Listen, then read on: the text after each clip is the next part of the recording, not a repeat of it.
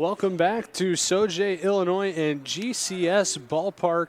Again, I'm Tyler Rosen and my partner for this Game 2 tonight. And if Spalding can win Game 3 tomorrow night, Jim Plyman. And Jim, we were treated to a great postseason baseball game in game number 1, a 4-3 victory for the Gorloks. No, we sure were. It was just a fun game all around. It was well played, well pitched, just we saw a little bit of everything, and it was a fun ball game.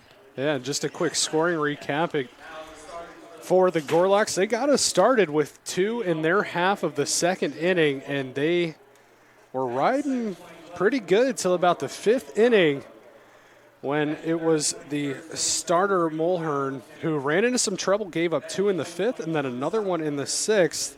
All 3 of those runs were put on base courtesy of the walk, and up to that point, only 6 walks on the entire year for Mulhern, and he was able to settle down, and he got a lot of help from some timely hitting in a big RBI by A.J. Smith in the 8th. 2 runs came across, gave the Gorloks the lead 4-3, and then Mulhern helps himself, gets the complete game. He sees 4 batters in the 9th, and he gets the 3 outs, and Webster a win away from advancing and locking up that automatic qualifier spot in the NCAA tournament. Yeah, and just again, Matt Mulhern picked up his 11th victory of the season, and he threw 156 pitches in that game, and he would look like he was still going strong. Yeah, we saw a couple times he just kind of found a little extra when he was thrown to the plate, and some quick little tournament stats between these two that didn't quite get to in game 1. Webster has won this championship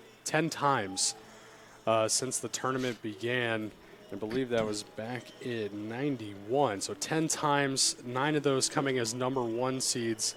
And actually twice these two teams have locked up in the tournament finals. In 2013, Spalding came 1 win away from winning the conference championship, and then again in 2019, and here now in 2021. And another thing, and if you're a Gorloks fan, maybe you know this, or maybe you're just going to be excited to hear it, the Gorloks, when they have reached the finals of the SLIAC Tournament, Jim, have never lost, and they've made all but 1 SLIAC Tournament in their history of the conference.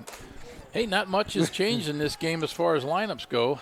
Everything is the exact same except the pitchers, and we'll get those to you as we go along here, and Tyler Rosen's going to bring you the first couple innings.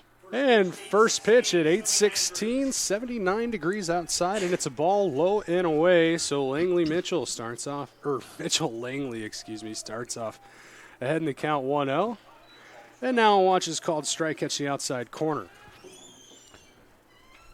So we have Langley and Evan Trentman and Eric Meyer, the first 3 batters due up in this Spalding lineup. And now ball 2, is that missed? Again, 8:16, 79 degrees. Our start time and temperature here for game 2. And if Webster can win game 2 here, they will lock up a berth in the NCAA tournament, and count evens at 2-2 as Langley fouls that one away. Let's set up the Webster defense for you. Kyler Kent's at first, A.J. Smith at second, Ben Swords at short, and over at third base at the hot corner is Mitch Daniels. R.J. LaRocco is in left field, Aaron Hopp in center. And now a little blooper up on the infield, and over is Smith to make the play. And I don't want to leave out Adam Lovell, who is out in right field. Zach Goodman is behind the plate, and Jordan Smeeball with an 8-0 record on the season. 1.37 is the ERA, and he's been outstanding for the Gorloks this year as well. He had 1 start in this tournament. Jim, you got to see him firsthand. He went 9 innings, got a 4-1 victory that clinched a spot in this championship series. And he is a left-hander facing the left-hander Evan Trentman here, and Trentman had a great first game here tonight. And they got the shift on him even with the lefty on lefty. 3 infielders on the right side. And Smeevil ahead in the count now 0-2 that was fouled into the glove of the catcher Goodman. And so Trentman behind in the count 0-2. Yeah, what a gorgeous night. Wind still blowing from maybe left center field across the diamond. And a good kind block. of blowing to that right field corner still. Yeah, it's been pretty steady and pretty consistent, at least with the direction it's been blowing. So fielders haven't had to keep adjusting and have to deal with a swirling wind, which I know we had to deal with last week in this tournament over at Carshield Field on the Missouri side of the river. And the 1-2 misses, evening the count up at 2-2. Smeevil, as Jim mentioned, the lefty, he works exclusively from the stretch. Kicks, throws, got out in front, but it was tipped by Trentman, so we'll do the 2-2 again.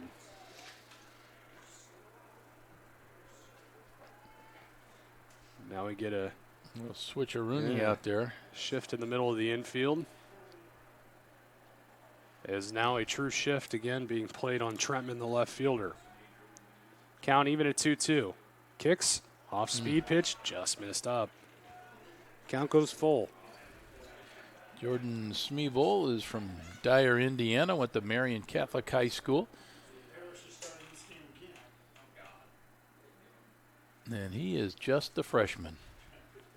And he's put together quite the season. And I'm sure the Gorloks are thrilled that he's got 3 more years to work with and get better. And that one's fouled away by Trentman again. And as you mentioned earlier, neither team has changed their lineup at all. Now a chopper over to the second baseman Smith, and does he pull the first baseman Kent off the bag? First base umpire says he did. And that's going to be scored in error, E4 on the throw. Yeah, he hit it right into the shift. But A.J. Smith's throw was pulled his first baseman off the bag. That's going to give Eric Meyer a chance to do some damage. And Meyer had a relatively quiet game one, got on base a couple of times, had a single, and had an RBI, but saw his average dip under the 400 mark. Now at 396 coming into this one. Yeah, yeah, huge drop for him. He's going to have to get 2 hits in this game to get it back up there. And I think really just seeing some key at-bats where we would think Meyer would come up big, and he swings through that breaking pitch. That's a good pitch. Got it in on the hands there. Yeah, kind of tied Meyer up a bit there, and count evens up at 1-1 with the runner at first and 1 gone. In this top of the first inning, Smeevil kicks, another off-speed pitch, and got Meyer out in front. He is very coy with those off-speed pitches. He had Westminster off kilter throughout that game last weekend. Again, and that was that Pod 1 final, as that one's fouled back. And on the hands again. Pounding the inside part of the plate to Meyer, not trying to give him anything too good to extend his arms and get a full drive in. And that 4-1 victory sent Webster here to this championship series, as we mentioned at the top, the 1-2. Good defensive swing there by Meyer, and good battle as he's fouled off a couple straight to stay alive.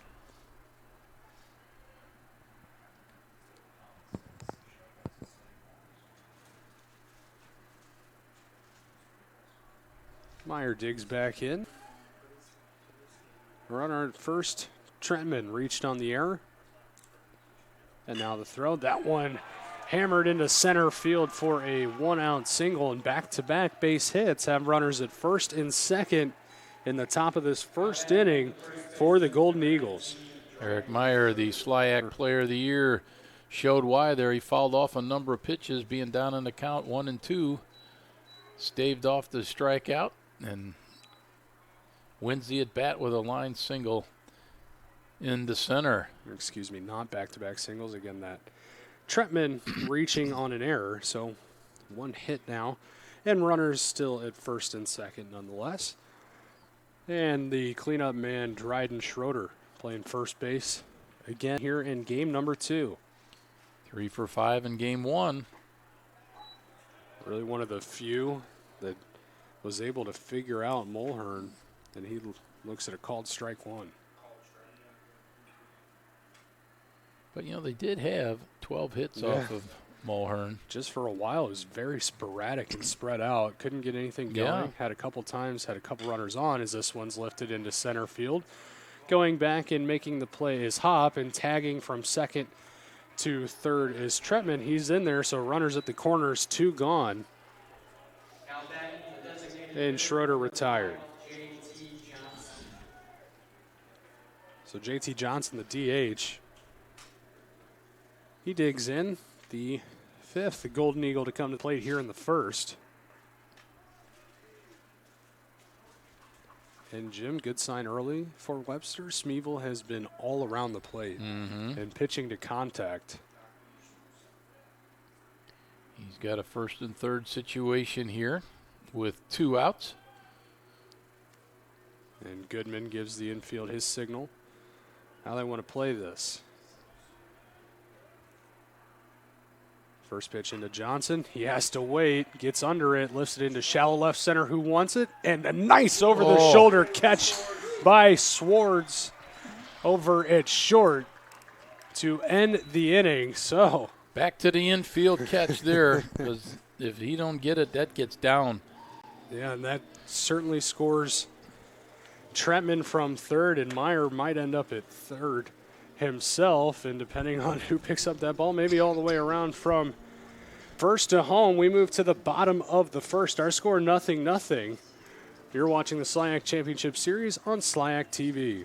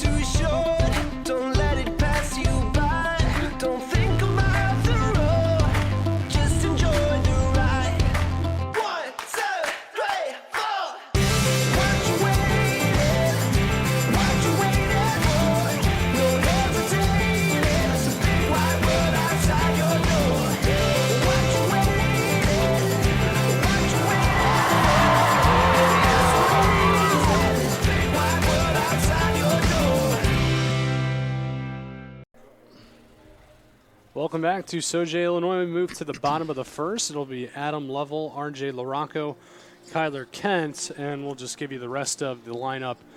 For the Gorloks, batting 4th will be Ben Swartz, who just made a fantastic play to end the top half of the 1st over-the-shoulder catch. He's playing short. In the 5th spot, A.J. Smith, and playing second base. Mitch Daniels, the 3rd baseman, bats 6th. After him, the catcher, Zach Goodman. The DH, Landon Bailey, who had a big triple in game number 1, bats 8th, and rounding out the order is Aaron Hop. We already mentioned Jordan Smeevil on the mound, and Jim will tell you about Caleb Collins, the man on the mound for the Golden Eagles. Well, Caleb comes into the game 7-1 on the season. It's an outstanding year for the right-hander. He's got a 1.64 ERA, and he is trying to keep his team alive in this best-of-3 series for the SLIAC Conference Championship. And when we get a chance, we'll give you the defense for Spalding. Back to Tyler for the first pitch. And first pitch in from Collins, called strike 1 on the inside edge to Adam Lovell.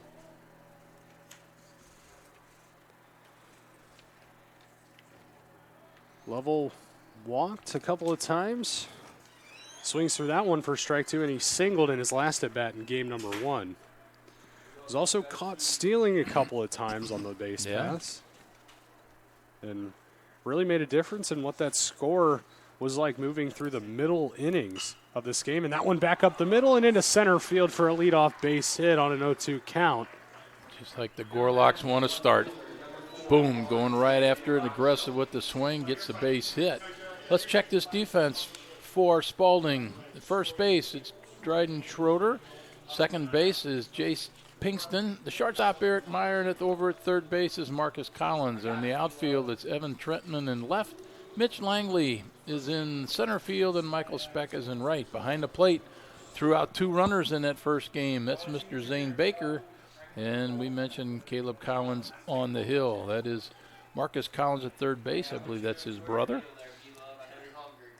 And how cool is that when you can play college ball with your brother? That's awesome. And both be in the starting lineup for such a big game and such an important game. I'm sure they're loving it. I'm sure they'll have more time after the game to reflect on it. So they got a job to do, and that's keep the season alive. As Collins kicks, throws, and it's a fly ball, deep center field, going back towards the track, standing at the wall, and making the catch just over the wall, the right fielder, Speck, as he takes a home run away from R.J. LaRocco and keeps this thing knotted at 0-0 and one gone here in the bottom of the first. Boy, that ball just kept going. And, we've mentioned it. It's a shorter fence out there. It's maybe a 4-foot fence, and the ball kept drifting towards – it kind of drifts towards the foul line, but it's a long way from there. But he was able to keep his eye on the ball and just had the glove over the fence and made a nice catch. You could see the path that Speck took as Kent swings through that off-speed pitch. Started out ranging to his right and back and worked all the way back towards that foul line. As you mentioned, Jim, that wind's been blowing left to right all day. Continues here in the nightcap, and a big play made by the Golden Eagle right fielder. The 0-1 fouled back to the screen. 0-2 now on Kyler Kent, the first baseman for the Webster Gorloks. That's the only time we've seen the ball drift that far tonight, It does look like the wind has picked up a bit. Yeah, and Speck just played that perfectly. That's impressive, and it's fun to watch. Yeah, it is, and you can tell he wants to keep playing. And now he might have to make another play, but this one's lifted high and shallow right, and it's going to be Pinkston who makes the catch, although ran in. I think Speck probably said, you mind if I take that the next time? Yeah, no kidding. I'm coming in on it. I'm good. Didn't you just see me make that catch out there? That one's easy. Get out of my way. That one's easy after that. Pinkston is there to retire Kent, so 2 gone after the leadoff single by Adam Lovell.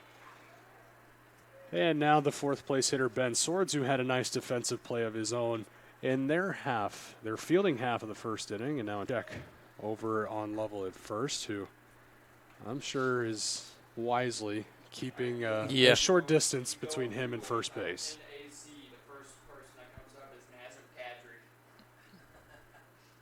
As Lovell dances a bit, now throw comes home. First pitch called, strike 1. Into Ben Swords. Our umpires tonight behind the plate, Tim Birch. First base, Kevin Wilkie. Third base, Aaron Ashlock. The 0-1 runs inside and hits Swords. So runners at first and second, 2 gone here in the first. And Swords just takes that one off the thigh. Took it in the fleshy part there. That won't hurt too bad. And so now a little extra life here in this first inning for the Gorloks as A.J. Smith, the second baseman, digs in again. He had the game-winning RBIs and base hits in game number 1, and now a throw over to second, not in time. His throw is a little behind it on the second base side of that bag, or first base side of that bag, excuse me. As Collins comes set, looks at second, now comes home, called strike 1.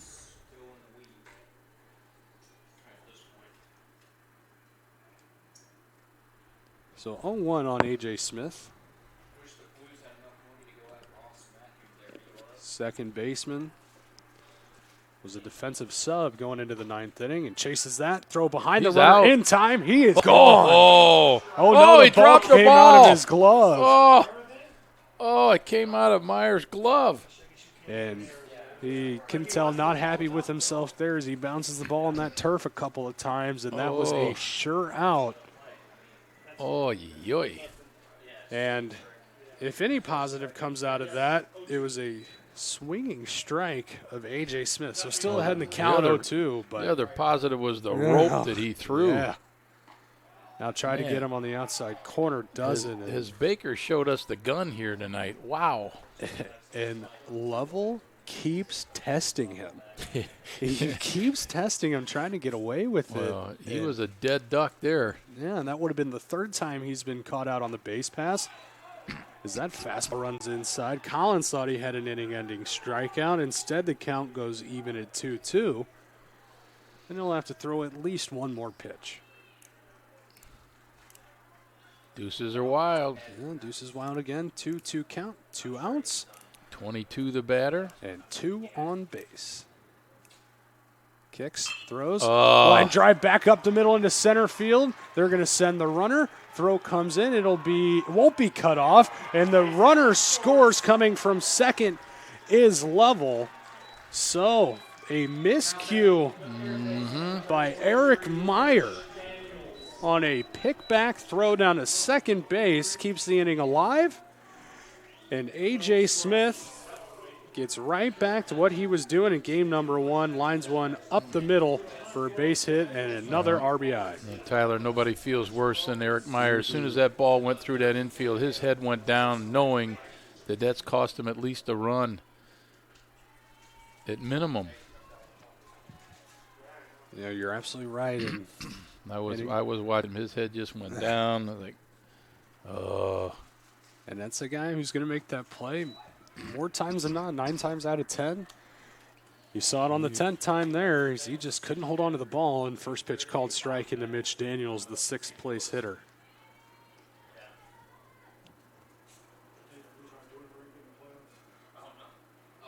Oh, 1. Fastball just missed outside.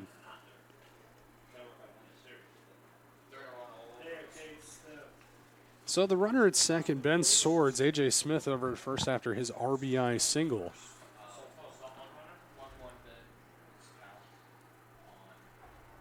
And now we get a timeout called at home plate by Mitch Daniels. And he digs back in. And Collins comes set. Checks at second. Now throws home. Called. Strike 2. Yeah, that is a good pitch. That might have been his best pitch of the inning right there. Yeah, right on that outside corner. Not much that Daniels could do. Watch it go by. Hope for a ball. Didn't get it. And now works behind in the count 1-2. Caleb Collins throws home. Gets a ground ball back up the middle. Meyer gloves. Throws on over to first. 6-3 to retire Mitch Daniels. But guess who? A.J. Smith, an RBI single, scores Adam Lovell from second.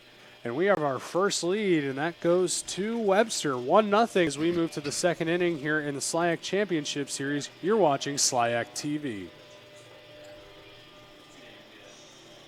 Do you have a camp coming up? Winning Streak can help you. Whether it's a summer league team or you're hosting a skills camp, Winning Streak has you covered. With talented graphic artists on site to help you with your design and various delivery options, Winning Streak has all of your needs met. If you place an order on a Monday, Winning Streak can get you your camp shirts by Thursday. Winning Streak, your T-shirt headquarters.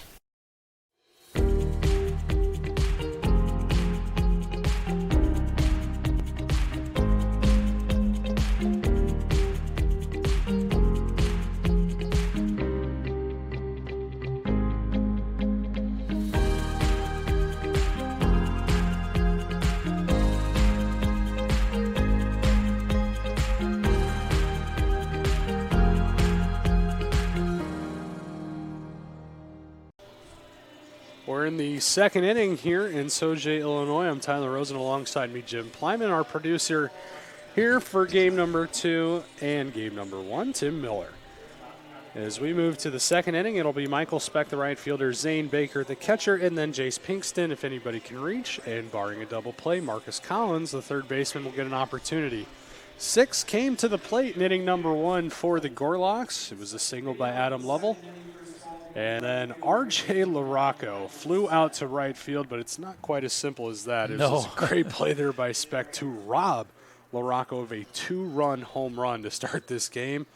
Then Kent went down, popping out, and a pick-back throw to try and get Lovell comes out of the glove of Eric Meyer. And the next pitch, A.J. Smith with an RBI single And that's how we stand at 1-0 in the first pitch into Michael Speck. Missed wide for ball 1. Smeevil kicks, line drive, gets down just fair down that third base line, goes into that bullpen, and having to dig it out, and the throw comes into second, not in time, as LaRocco was hustling there. And a lead-off double for Michael Speck, and that's one way to try and get back into this game and even things up. Exactly right. Speck, who had one hit in the opener, gets another hit here. This one is a double to start things off just inside the line. Down into the left field corner, and boy, did you see that Webster bullpen scatter down there as the ball got under the bench. Boy, those guys, they moved. Yeah. That was good to see. Look at that. Might be Looked the like, most they moved tonight. Looked like there was a mouse under there or something. So Smeevil having to work out of a little bit of trouble early in the second here. Gets a ground ball, but having to work Put a it long in his way. pocket. Yep. And an infield single, so back-to-back hits to start the inning as all Swords could do just to hold on to it, not force a bad throw, and runners stay at first and second. Swords make the very smart play of just putting that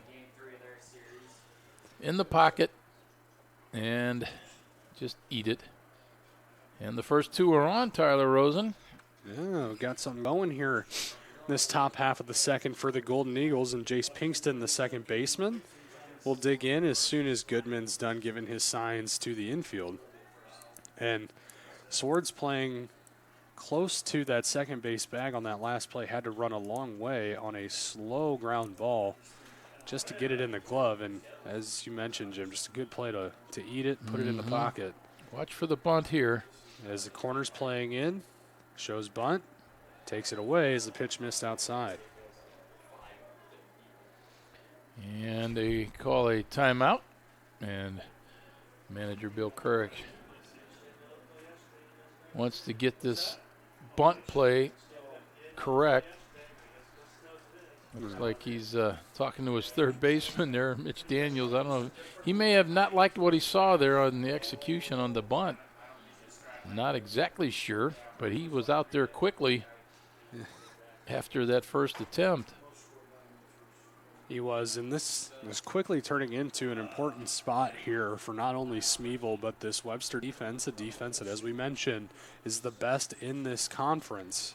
Don't think Coach Kirk looked too happy there. He didn't like something. If anything, maybe just telling his guys, hey, settle down. Yeah. We got a lead now. Yeah. You don't want to let things get away from you, and obviously still a lot of baseball to be played. Now the throw comes home. Bunt gets down the line. Throws down to third in time for the force out. So a nice play there by Daniels. Charging in. Bunt came in a little strong, and covering was Swords over at third for the force out. So 5-6. Yeah, you don't see the old 5-6 play happen very often, but no, you don't. 5-6 to get Speck off the path. Yep. But they, again, the execution was perfect by the Gorloks. And now standing at second base is Zane Baker. The catcher over at first is Pinkston. So he reaches on the fielder's choice. And now Marcus Collins, the third baseman. Little half swing over to first. Throws down to second, and it's 3-6 to retire Pinkston. So the fielder's choice, you say, goes 3-6. Now it comes back to the top of the order. And Baker moves down to third, so still, if you're Smeevil, some work to do with runners at the corners. 2 gone, however. As the last that was a little excuse me swing there off the bat of Collins. And on this turf, it was a simple bounce and nice play there. Made by Kyler Kent. Yeah, Kent over to Swords. Good play to at least get one, and Collins speeding down the line, avoids a double play, and maybe some hesitation as that first pitch misses outside for a ball. Some hesitation off the mound from Smeevil maybe to get over and try and cover. First would have been a tough play anyway. Yeah. See if they Might want to send the runner on this. See what Goodman can do. Off speed pitch. Just missed, I guess, up. For ball 2, 2-0. 2-0 pitch here. Maybe even try a little hit and run with that runner at first. And if it Why not? gets something going here. Yeah, might be a little tough with Smeevil on the mound, but why not? 2-0 missed outside. So 3-0. Now you're taking. You want to get Trentman up there. Big pitch here for Smeevil.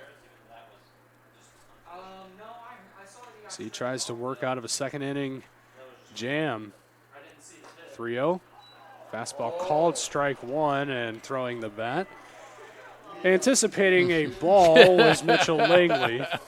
And he'll pick it back up and come back into the batter's box now. And you better be swinging anything close to the plate here, son. I was going to say, we'll see how home plate umpire Tim Birch takes that. And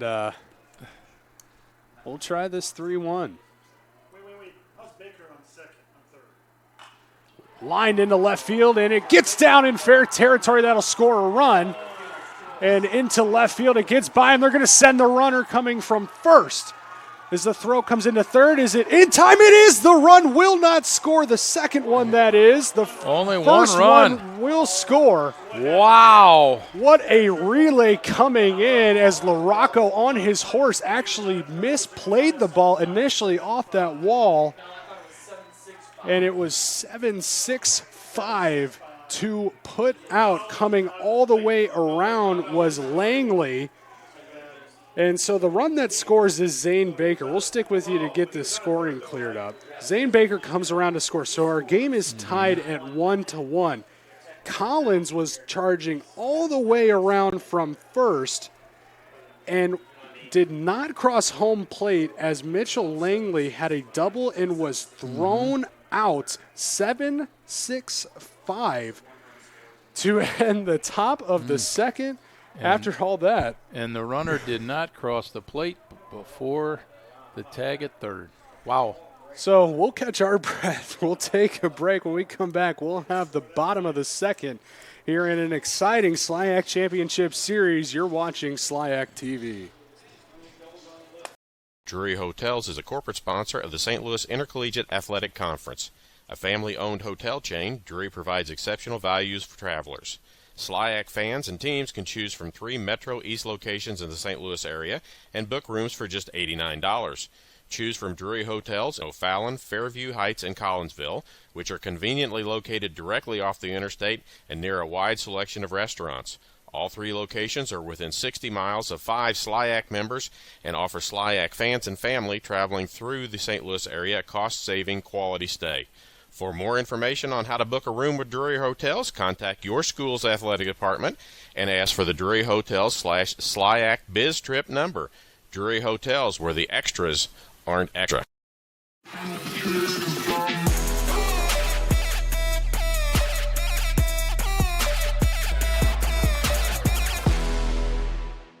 Yeah.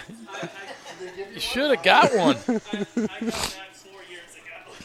We welcome you back to Sauget, Illinois. And again, just to recap what was an exciting finish to the top of that second inning, it was Mitchell Langley who had a hard-hit ball down the left field line, turned it into a double, scoring Zane Baker from third, and trying to score all the way from first was Marcus Collins. However, he did not cross home plate before Mitchell Langley was thrown out at third, 7-6-5. And Jim, we were talking about this in the break. Credit to the umpires, Tim Birch and Aaron Ashlock, specifically for being right on top of that. Yeah, they're in position, and the home plate umpire in Birch, he was watching intently the play at third and where the runner was, and he got that call right.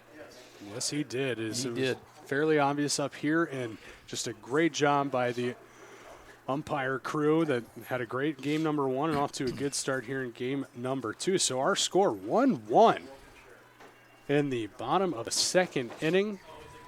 And Again, just one last note on the umpires. Tim Birch letting us know right away as that one's lined back into center field by Zach Goodman, the Gorlok catcher. And so another leadoff single for Webster, this time coming in the second inning. Well, another leadoff man is on for the Gorloks, and let's see how they want to play from here as a designated hitter. Landon Bailey comes in. Will he be bunting? Will he be swinging away? Will he take one to the right side? Let's see what happens here, the number 8 hitter. Bailey had a big 2 RBI triple in the second inning in game number 1. And he looks at a first pitch ball run up and away.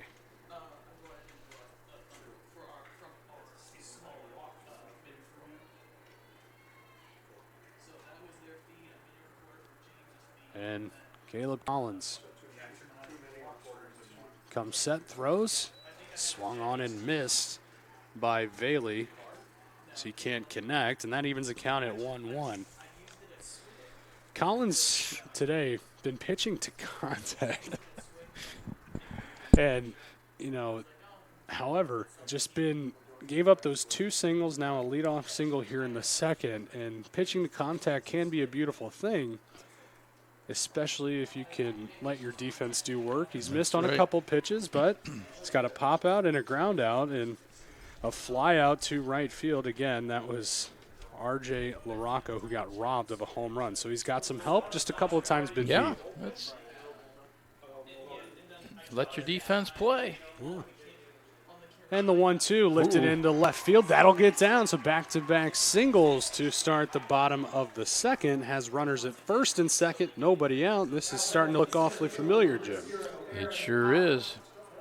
As a leadoff single in the first, and now 2 hits here to start off the second for the Gorloks. They've got a very, very potent offense. You don't win 34 out of 40 games with bats that are quiet.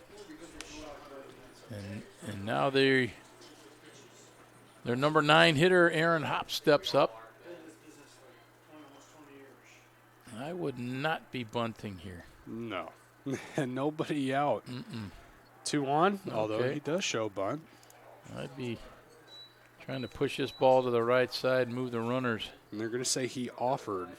I believe it was not a called strike. So, strike 1 as Hopp. Sometimes this first and second bunt play just doesn't work all the time. Shows bunt again, takes away. Pitch missed outside.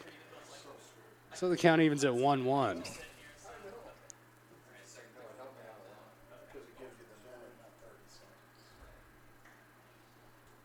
As it was the first baseman, Schroeder. He plays in on that green turf, part of the infield grass. He's creeping. Pitch comes in swinging. There he's trying to get to the right side. And he's upset with himself for missing the pitch that he thought he could do something with. Yeah, he let that run a little too far into the plate as he fouled it towards that Spalding dugout. It's not an easy thing to do, but it's something you work on in the cages and hope you can execute when needed. Now he's going to have to, down in the count 1-2. Pitch runs in and it hit him. Bases loaded, nobody out after a couple of singles to start the inning from Goodman and Bailey. And now on a 1-2 pitch, that hurts to hit Aaron Hopp. If you're Spalding here, you got to get an out. You got to keep this inning from just totally blowing up on you. And that's going to be tough to do as they come around to the top of the order.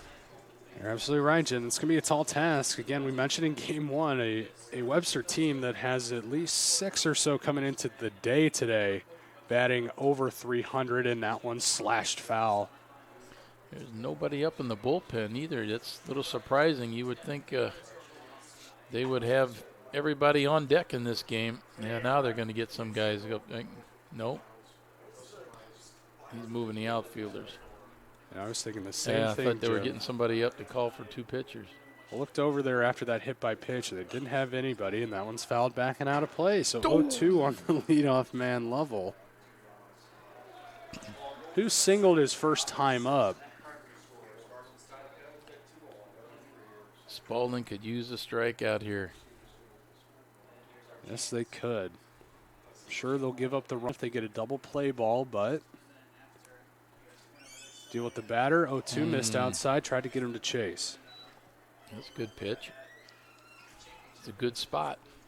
And again, we talked about pitching to contact. He's pitched to contact. Just been hit a couple times here, and then the hit by pitch, which counts as a different sort of contact. The 1-2 again. Just missed low and in. Must have been down. So count evens at 2-2. As Lovell tries to give the Gorloks the lead back in their half of the second inning. 2-2, hot shot, foul down the first base line. So we'll try the 2-2 again. They were down there coaching first base, had to do the Mexican hat dance to get out of the way of that one. That was a hot shot. Yeah, no kidding. Watch your ankles out there. And the 2-2 gets a fly ball to left field. Rather shallow. It's gloved. And the throw comes in. Going to have to keep it in front. It gets away and out of play. So the run will score. And it actually stayed in play. As it was the pitcher Collins who went up to pick it. And so E7 on the throw. 7 to retire Lovell. And then coming in to score is Goodman. E7, and the runners advance on that throw. So our score 2-1 in favor of Webster here in the second inning.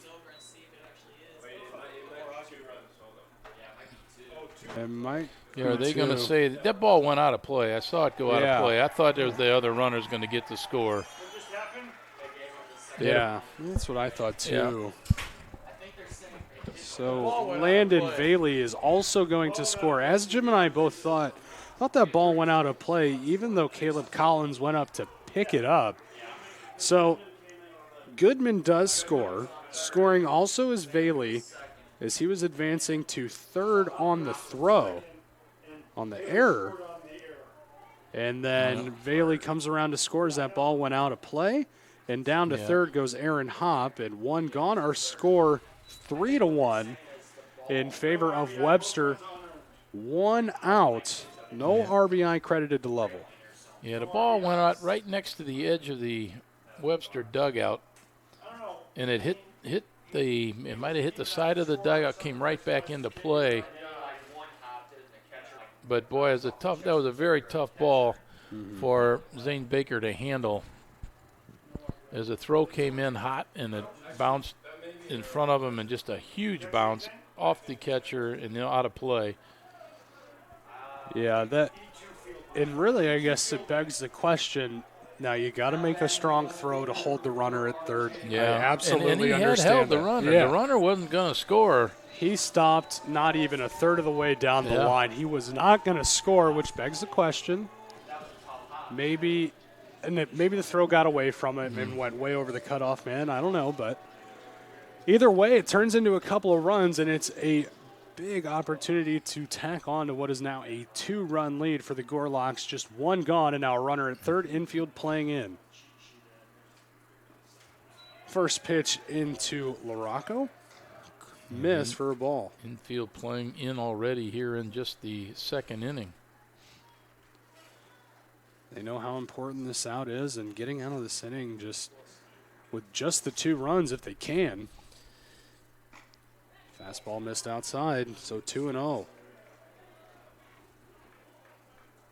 Again, as we mentioned a couple times, Larocco flew out to right field when Speck brought back a home run.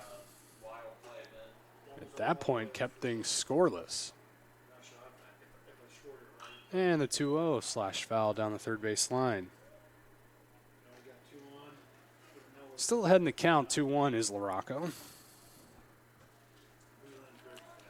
It's been a long inning. Yeah, it has. Still no one throwing or stretching in that Golden Eagle bullpen. Collins gave up 3 hits and just 2 runs in his previous start in this tournament. And he misses outside again and runs the count to 3-1. On the catcher. On the catcher. No RBIs, 2-run score. Oh, thanks, Joe. We should bring you back, man. Both runs unearned. So the error goes to the catcher, Zane Baker, officially. And the 3-1 fouled away. So count goes full. Not Trentman.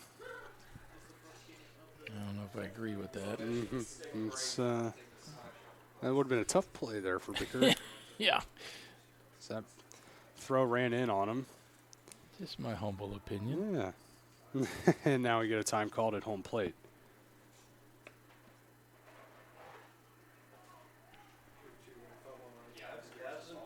LaRocco works with a full count. 3-2, 1 gone here in the bottom of the second. And he walked him. So LaRocco works a walk after getting the full count. Now runners at the corners. There it gives the bullpen a going. Yeah, there it is. And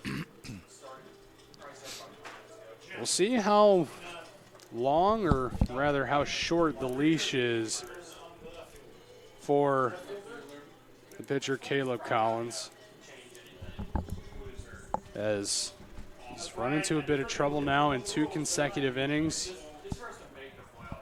And he's given up 2 hits in this inning, a hit by pitch.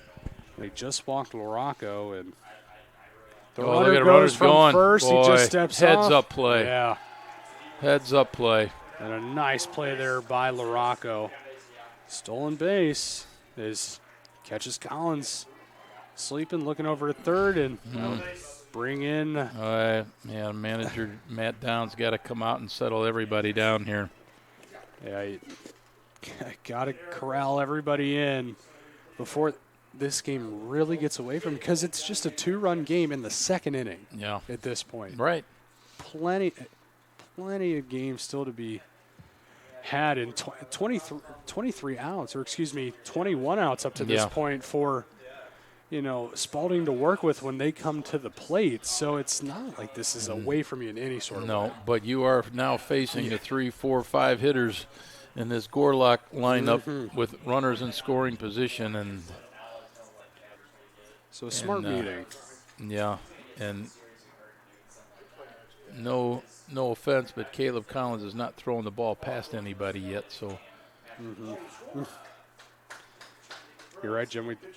And this is the other side of pitching to contact, is Yeah. you pitch to too much. Yeah. You gotta have that balance. can be a short night. Like you want to keep hitters off balance from pitch to pitch. You want to do that in a game from at bat to at bat. Collins has struggled here and can still work out of the jam and just give up the 2, but as Jim mentioned, facing a tough part of the order. First pitch swinging, high chopper, gloved, throw's going to come home, and it takes the catcher Baker off the bag. Sliding in and scoring is Aaron Hopp. Error comes in on the throw. That's going to be E6, the shortstop Eric Meyer. So our score 4-1. And So the first 3 that came up are all across the plate. And runners first and third is moving down to third was LaRocco. Kent reaches. Choice on Kent. Error on the throw of second baseman. And coming in to score, as I mentioned, E6, Aaron Hopp. Yeah, fielder's choice E6. The run scores 4-1. Almost hit him. Yeah, it almost looked like it clipped maybe his pants. Home plate umpire says otherwise, and Let's see we'll if they stick want with that. See if they want to run again. Yeah, why not? They've got these guys all out of kilter. And just the 1 gone. Get rid of the double play ball. Runner is being held on at first base by Schroeder. Swinging, chopped over to third. Nice pick over by Collins. Fires to first. Run does score, so an RBI for Swords as he's retired 5-3. Nice play there by Marcus Collins. Real nice pick on the short hop over there right next to the base. And advancing down to second is Kyler Kent. I'm thinking A.J. Smith is going up there thinking yard here. Yeah, I'd agree with you. I just think he's going to let her loose here. It's been a 4-run inning for Webster University. They are feeling it here early on. And ahead in the count, 1-0, is A.J. Smith sitting on a single back in the first. And now looks called strike one.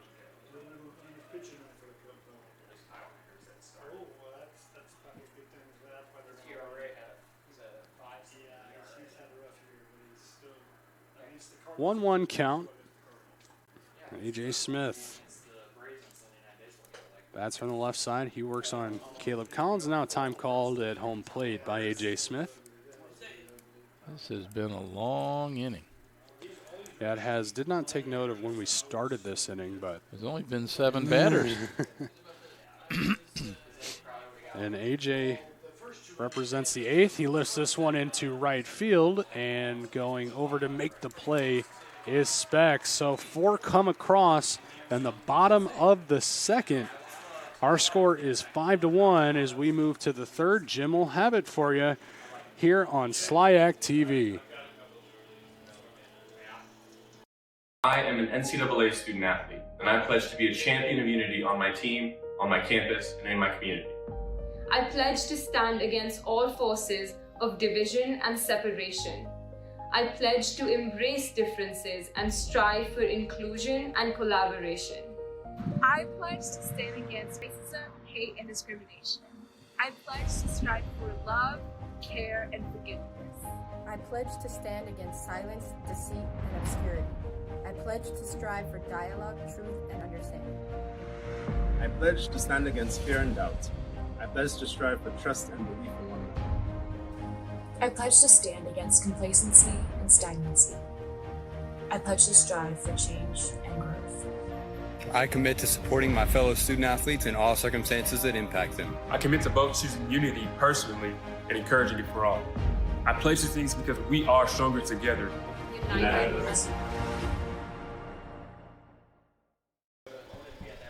We welcome you back to Sauget, Illinois, as we get set for the third inning, and we try and get all caught up on the on the scoring. It was a long and well, if you're keeping score, not an easy inning. No, but bottom line is Webster picks up the 4 runs, and they have a 5-1 lead in the early going here, and they have their number 2 guy on the mound in Jordan Smeeball, who is 8-0 on the season, and got to be happy to be staked to a lead like that. And let's see how he goes to work here in the top of the third inning, as we'll face the 2-3-4 hitters in this Spalding lineup: Evan Trentman, Eric Meyer, and Dryden Schroeder. Smeeball has given up 4 hits, and his first pitch is up a bit for a ball.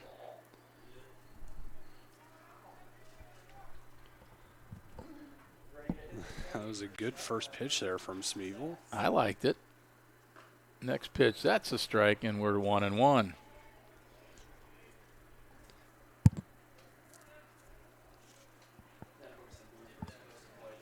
Smeeball gets his sign from the belt, the pitch, and that hits the batter, Trentman. He has been on base all night long. He made no attempt to get out of the way of that one, but it really didn't matter. That was going to hit him either way. Pitch was really inside. Eric Meyer steps in. He singled his first time up in the first inning. Trying to get that average to 400. Comes in at 396 in this game. Here's a snap throw down to first, and Trentman gets back. So the leadoff man is on again for Spalding. That's 2 out of 3 innings. They've only pushed 1 across the plate. They got that in the second inning. And down in the count here is Eric Meyer. Bouncing ball. Nice snag over at third base. Daniels with the long throw. Not in time. That's an infield hit. Nice play over there by Mitch Daniels, but nothing much you could do with that. That was a long throw, and Myers covered at 90 feet without a problem. Yeah, now it's Spalding with something going here. Yeah, he was hustling down the line all the way, and you're absolutely right. A great play there by Daniels just to snag it and limit the damage there done on that chopper by Eric Meyer. And, yeah, something going here for the Golden Eagles. And as we mentioned in that second inning, plenty still to play. So you chip away at it, get a run here, a couple runs there, and it's a whole new outlook. Mm-hmm. You got to answer. Yeah, got to. Runners on at first and second. He shows bunt and swung away and missed that. And you'd imagine to beat this Webster team, you got to score more than one run anyway. Yes. Smeebol does a great job of mixing his speeds. His off speeds, his changeup is very, very effective. They play Schroeder straight away. The 0-1 pitch coming. Fouled back. It's 0-2. That one bounces off the backstop, picked up by the on-deck hitter, J.T. Johnson. Smeebol gets a new baseball. He steps back on the rubber. He's got runners on at first and second. There are nobody out. And Schroeder batting from the right side. Takes that one up. Good movement on that pitch from Smeebol. Must have just been up. Yeah, well, it looks from here that home plate umpire Bill Birch is not calling the upper part as some may like. Here's the next pitch. Swing and a miss. That one, good off-speed pitch. And Smeebol records his first strikeout of the game as Schroeder goes down swinging. And J.T. Johnson will step in.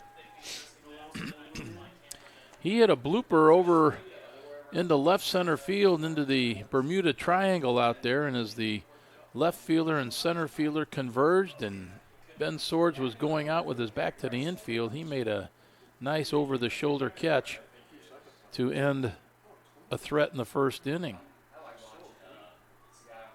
J.T. Johnson, 276 on the average coming into this game. Here's a fly ball to left field. LaRocco coming in, he's going to call it, and he makes the catch. Not much further from where his last ball was caught, except it was the shortstop that went out and got it. That one hung up in the air a little longer, and R.J. LaRocco was able to come underneath that one. So after the first two are on, the next two are out, and that'll bring in Michael Speck.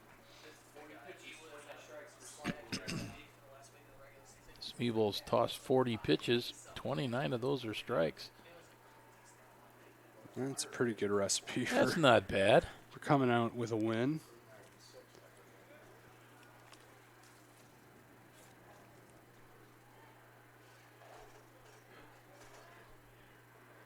Smeebol gets the signal. There's a pitch that's lined into center field. That's a base hit. Rounding second, third coming home, and sliding across the plate is Evan Trentman. And Spalding adds to their total. They now are down 5-2 as Michael Speck continues his good game with an RBI single to center. So Trentman comes around to score. He reached base via hit by pitch. Eric Meyer moves up to second. And Zane Baker steps in. Golden Eagles catcher. Caught both games here tonight. First pitch to him is outside. Smeebol coming into this game with a 1.37 ERA. And he's given up 2 runs so far here. Runners at first and second, 2 out.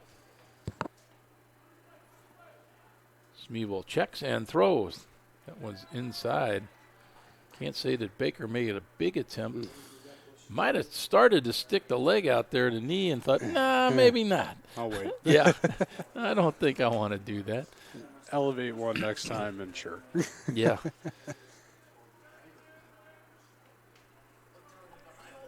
The count is 2-0, and Small steps off. And Jim, only one of these 4 games that these two teams played earlier in the season was decided by more than 3 runs. So no surprise that the Spalding team keeps fighting back a bit. Smeevil misses with that one, and it's 3-0. On deck is Jace Pinkston. Both teams have stayed with the same lineup of the starting 8 anyway. Both the first game and the second game. 3-0 pitch. That's going to go down as, I believe, a hit by pitch. I think it just clipped him. Yep. Pitch ran inside, a little too far inside, and now, again, Smeevil, you look at the score and maybe think, oh, well, he's probably been cruising. Not so. He's gone to 5 batters in every inning, and now this being the 6th. Or, excuse me, 7th. In this third inning. The bases are loaded now. Myers at third. Speck at second. Baker at first. Jace Pinkston, the number 8 hitter in the lineup, takes a good cut and fouls that away.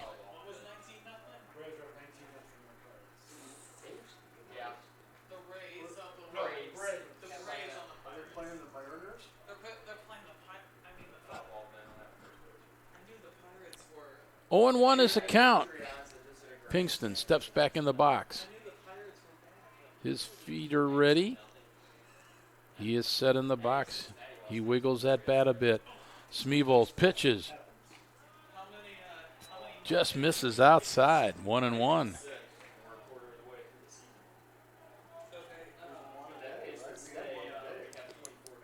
That pitch didn't miss by too much. And no, it didn't. That's a tough pitch for Pinkston to lay off, but credit him for doing so. Evens the count at 1-1.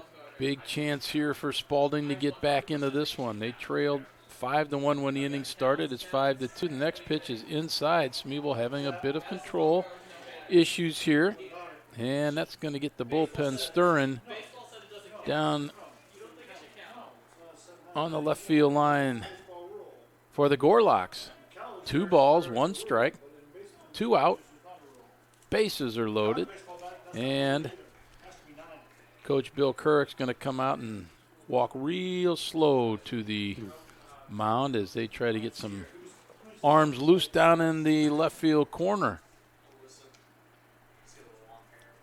I think, again, just another one of those conversations, just slowing everybody down, especially, hey, you got a 3-run lead, just make a good pitch, get a ground ball, put it in the air, whatever it takes, just calm down, you got it. You can make all those guys sit down there in the bullpen when you get this out. And if you don't get this out, you're going to keep throwing. I'm going to come back out here because I'm not letting this game get away. They're going to keep throwing. You're going to take a seat next to me. The umpire comes out and says, all right, break it up. Let's go. And Coach Kurrick says, yeah, okay, I'm going. 2-1. I have, right or not? Yes. 2-1, thank you. All right, quick reset. Bases are loaded. 2 outs here in the top of the third inning. 1 run home for Spalding. They trail 5-2. They have 6 hits in this game, though. Jace Pinkston hits this one to left field, and in comes the left fielder, Larocco, and he makes the catch. So whatever Coach Kurrick told his pitcher out there, it got done, and the Spalding Golden Eagles leave the bases loaded. We have played 2.5. It's a 5-2 lead for Webster as we take this break here on SLIAC TV. I am an NCAA student athlete. And I pledge to be a champion of unity on my team, on my campus, and in my community. I pledge to embrace differences and strive for inclusion and collaboration. I pledge to stand against racism, hate, and discrimination. I pledge to strive for love, care, and forgiveness. I pledge to stand against silence, deceit, and obscurity. I pledge to strive for dialogue, truth, and understanding. I pledge to stand against fear and doubt. I pledge to strive for trust and belief in one another. I pledge to stand against complacency and stagnancy. I pledge to strive for change and growth. I commit to supporting my fellow student athletes in all circumstances that impact them.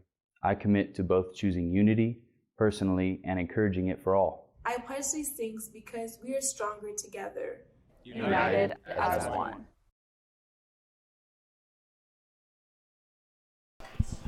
And we are back here at the GCS Stadium here in Sauget, Illinois, as we are in Game 2 of the SLIAC Conference Championship Tournament. It's a 2-out-of-3 series, and the winner moves on to regional action. But Tyler Rosen, that was an opportunity for Spalding to really get back into this one and answer after giving up 4 in the second inning, but they only got 1. They stranded the bases loaded, and Jordan Smeeball lives for another day as the bullpen down there for Webster, they have all gone back to their spot on that bench. Yeah, at least another inning. And that's right. No, you're absolutely right. You couldn't ask, if you're Spalding, a better way to start the inning. You can get a couple on and just you only get 1 across, strand the bases loaded, and just couldn't get another timely hit to really dig into the lead. Mitch Daniels leads it off for Webster. He'll be followed by Zach Goodman and Landon Valey. And if anybody gets on, the number 9 hitter, Aaron Hopp. Daniels grounded out to short his first time up. Next pitch to him is a strike on the outside corner from the Spalding hurler, Caleb Collins. Collins wanting to work fast. Now he's looking in for the sign. And he delivers. That one's fouled back. Strong cut there by Daniels. Daniels hitting .295 when this contest started. Bounced out to short his first time up, that in the first inning. They play him straight away. Old-fashioned infield and outfield. He fouls another one and stays 1 and 2. You know, Tyler, it's just so interesting to see how this game has changed so much. Just with the harder throwing pitchers, the batting averages going down, down, down in so many cases because the pitchers are so good. This is inside. The shifts that you see, just, you know, and then you know, on the major league level, you know what I saw with a 37%, it's either a walk, a strikeout, or a home run. It's 37% of the at-bats. Yeah, that was early in the season. That could have changed down, dropped down a little bit by now, but that was just, it blew my mind when I read that. And, you know, it's talked about so much of how the game of baseball is changing. Not that it's all bad, it's just changed. Right. It's just, you know, little nuances that change that seem to be a tidal shift. There's a foul ball off to the right side behind the dugout of Spalding. But yeah, there's just so many, you know, and the, you know, the analytics are a big part of it, and sometimes to a fault. To a fault. We saw it last year in the playoffs, and not to go back and, you know, harp on it, because I know it already happened, but, you know, it's almost inexcusable. You're going to take out an ace just because he reaches. It's the third time getting through the order, especially when they're dealing. There's the one off the end of the bat. Tough play here for Pinkston. He's going to have to hurry, and he gets his man. Nice job there by Jace Pinkston handling a cue ball, if you will. It was off the very end of the bat of Daniels, and the leadoff man is retired here in the top of the third inning. Zach Goodman will step in. He singled and scored in the second inning. He was the leadoff man. And number 19 will step in from the left side. Good play there by Pinkston. Not only a cue shot off the end of the bat, but it looked like it took a little misdirection off the mound and may have helped him, but still, ball slowed down a bit, had to make a good play and a strong throw. That's what he did, get a big out, number 1. First pitch to Goodman. He flies this one to left field and almost in his track. Now he's going back a bit as the left fielder, Evan Trentman, makes the catch. First I thought it was going to be in his tracks, and then it drifted back a little more. And that ball hit into the wind and still pushing Trentman back. And, you know, he wants to atone in some way for that errant throw that allowed a couple runs to score in that second inning. Actually, after that play, you saw him walk out towards that Budweiser sign and just kind of take a moment to collect himself. Swing and a miss on the first pitch to Landon Bailey. Bailey singled and later scored. His first time up, that came in that second inning. Next pitch. He bunts it straight up in the air, and the pitcher, Caleb Collins, comes in and makes the play, and it's a very easy inning for Caleb Collins. So 3 up, 3 down, and we have played 3 full. It is a 5-2 lead for the Webster Gorloks as we move to the top of the 4th inning. Stay with us. You're watching on SLIAC TV. For the love of the game. That's what it's all about, they say. But for those of us who are Division III student athletes, it's more than that.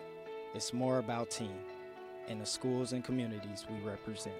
And for the many of us blessed with the strength to compete in sport at the college level, we understand that with what we were given comes a special obligation. Our obligation to help those who have their own special needs and whose love for the game is no less intense. That is why NCAA Division III teamed up with Special Olympics. Since August of 2011, we and others from Division III campus communities have volunteered more than 250,000 hours, time away from the classroom and practice field, reaching across the country to coach and mentor Special Olympics athletes. And to learn that in giving, we receive so much more in return. Help us keep that dream alive. Be part of it. Get involved. You can make a difference. So as we go to the top of the 4th inning, the Spalding Golden Eagles will send up Marcus Collins, and then around to the top to Mitch Langley, and then it's Evan Trentman.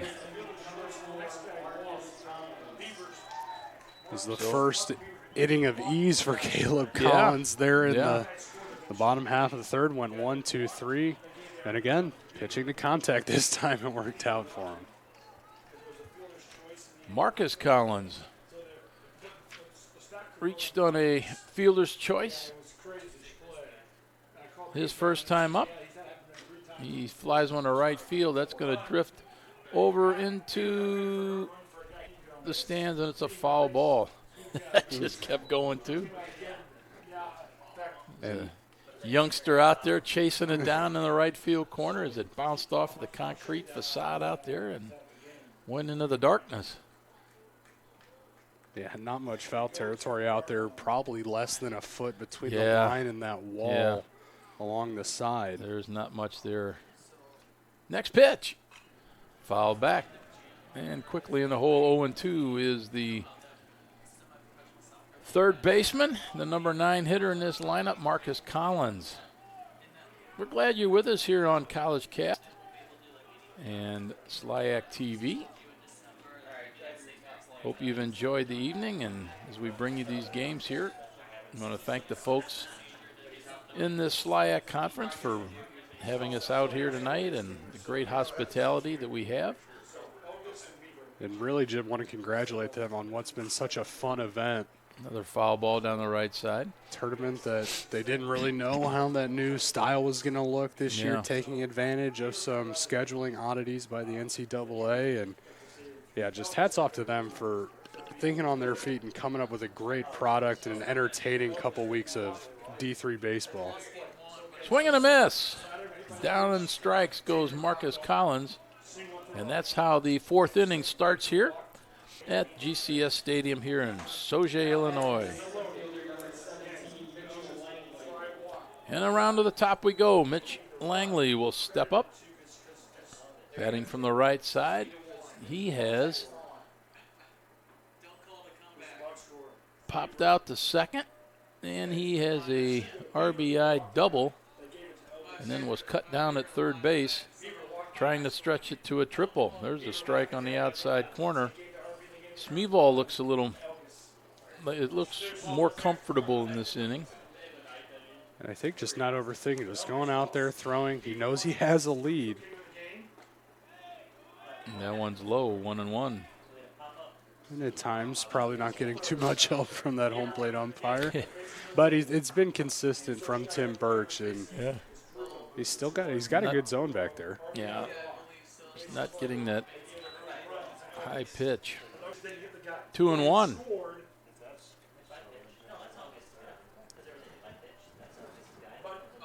Daniels, Swords, Smith, and Kent on the infield for the Gorloks.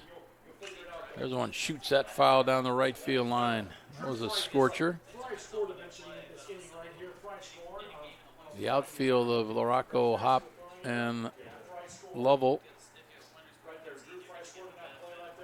Looks like the wind's picking up somewhere again, blowing straight to the right field corner.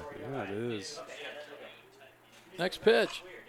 Fly ball, right field, towards that right field corner. And that is hauled in by Adam Lovell. And it's 2 up, 2 down. Evan Trentman steps in, and this young man has had quite a night. In the first game, he was on all 5 times he came to the plate. And in this game, he's been on both times he's come to the plate. He's reached on an error, he's been hit by a pitch. So he is 7 for 7 as far as just getting on base. It's going to help that already bolstered .464 on base percentage coming into this game number 2. Nice weapon to have. There you are. A huge infield shift for him. And there's a strike. Lefty on lefty here. Not always do you see such a shift where a left-handed batter against a left-handed pitcher. Here's strike 2. And now here goes the third baseman, Daniels and Swords, switching positions a bit. As Daniels moves over to that first base side of second base. And whoop, there is a 55-foot fastball. Might have been 52. That one was pretty short. Yeah, it was hopping in there. You wasted that pitch, right? Didn't want to give him anything to hit there. 2-2 is the count. Smeeball delivers. And poking that one out of play onto the third base side, not a play.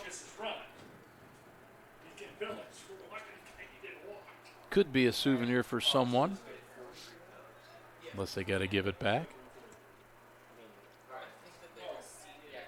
Just put it in your pocket. They'll never know. That's right. The 2-2 pitch.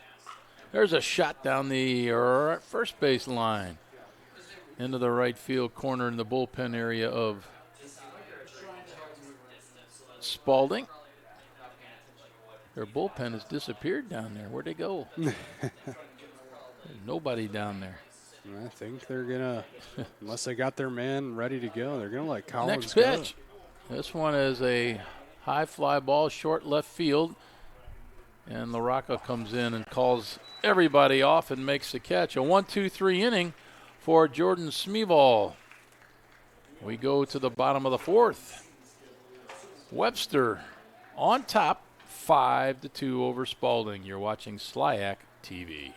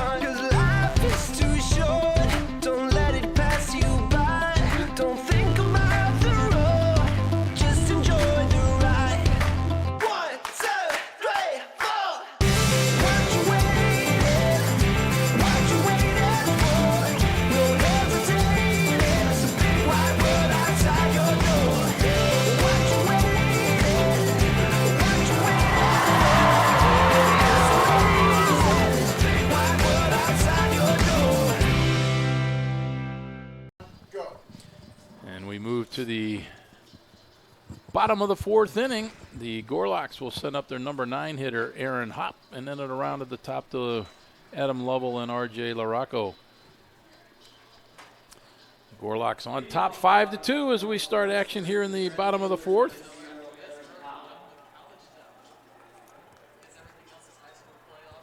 And Caleb Collins comes out for his fourth inning of work. He worked a 1-2-3 third inning. He's retired the last 4 he's faced, well, actually 5. And the first pitch is fouled off well onto the right side. A little action going on now in the Spalding bullpen. Looks like they have a righty up and a couple others back there just in case. Next pitch. Inside, and it's 1-1.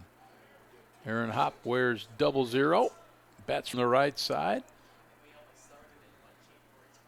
269 the average. Hit by pitch his first time up, later scored on an error. Watches that curveball break outside, and it's 2-1. Caleb Collins didn't look too pleased with that pitch. Not so much the call, just didn't like the way he threw it. And the 2-1 pitch is coming. Bouncing ball to third. Handled there by Collins. And he throws to first for the out. Aaron Hopp is retired. It'll bring in the leadoff man, Adam Lovell. He has singled and scored. He's flied out to left.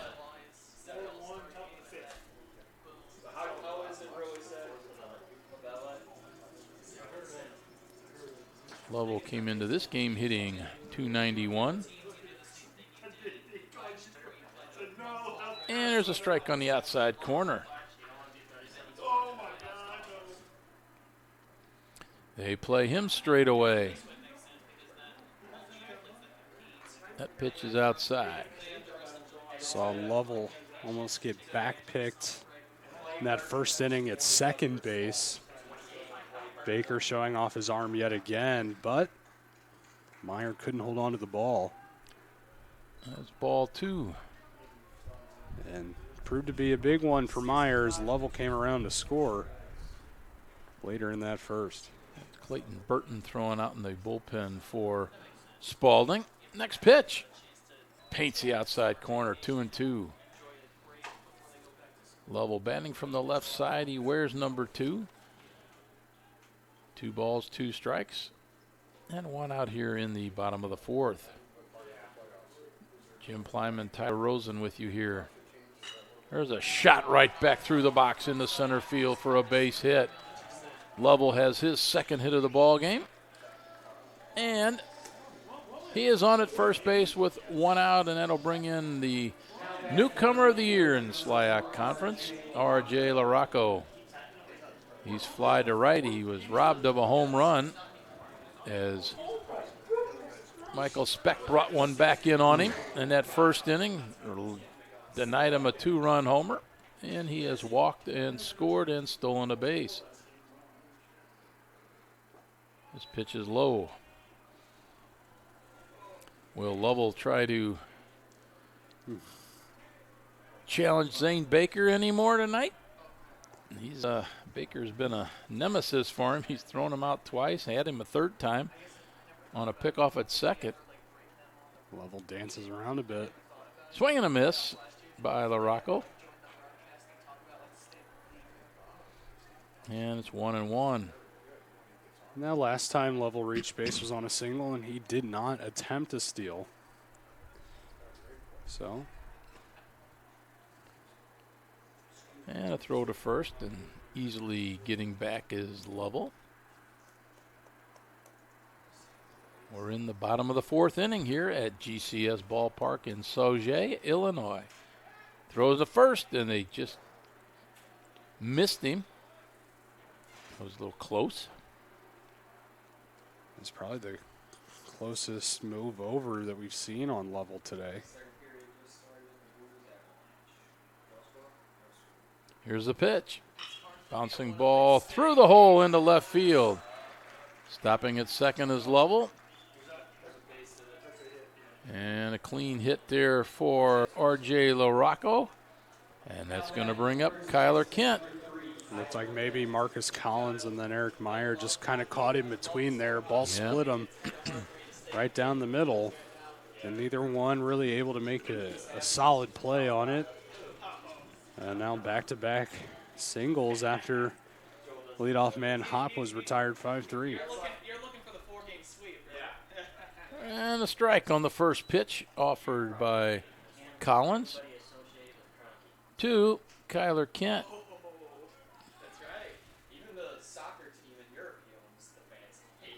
Kent, 3 home runs on the season, 29 RBIs. Collins checks the runner at second and delivers. Fastball inside.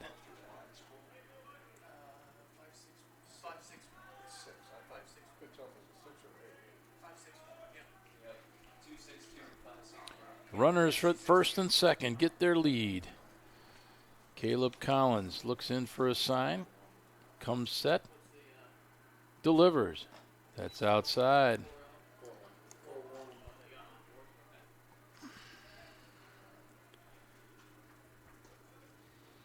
Yeah, not as brisk a pace to this game as the first one. No, it's been a tad slower. 2 balls and a strike. The pitch. There's a shot down the line that's foul into the right field corner. And Kyler Kent just a little bit ahead of that one. And the count is now even at 2-2. Just couldn't quite hold up long enough to straighten that one out. And if he does, it's more than likely a 3-run home run over that short wall and right. 2 balls, 2 strikes. 2 runners on, 1 out. Here's the pitch. There's a shot in the right field. That's a base hit. On one hop, it goes to Speck. He gets it right into the infield, and everybody's going to move up a base. As 3 straight singles have the bases loaded for the cleanup hitter, Ben Swords. And that's maybe it for Caleb Collins. I think it will be. No signal yet, but with Golden Eagle starting to file out of the dugout, I'd imagine so. Shake his hand.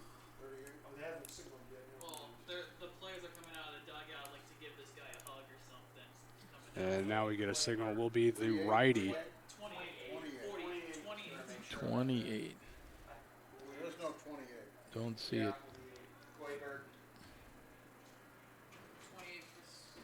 So, it'll be Clay Burton, the freshman right-handed pitcher. Has pitched in this tournament. Clay went 1 inning and 1 appearance in the SLIAC tournament, had 1 walk, and it was a scoreless inning. Gave up no hits and no strikeouts. Clay Burton, the freshman. And the line on Caleb Collins isn't done yet as he leaves 3 runners on base. He pitches 3 1/3, is responsible for the 3 runners on base. Gave up 7 hits, 5 runs. Not all of those were earned. I believe 3 earned. Yeah, maybe 2 or 3 are earned. You know, normally a pretty stout defensive team. Not that they were fielding errors, but throwing errors and some other just mental lapses and mistakes that the drop ball and difference between being a 1-run or a tied game to what we see now in a 3-run game. And you know, a 3-run game, especially at times, Smeeville has struggled through innings. It's a lead that is not insurmountable by any means. Nope. So Burton is a right-hander.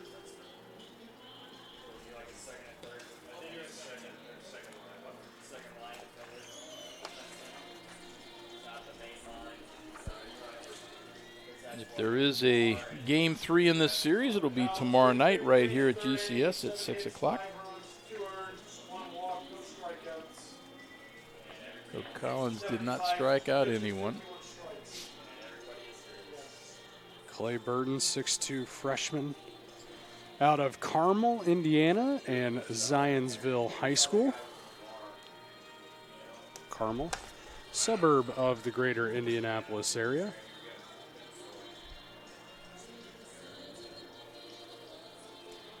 All right, he is ready to go.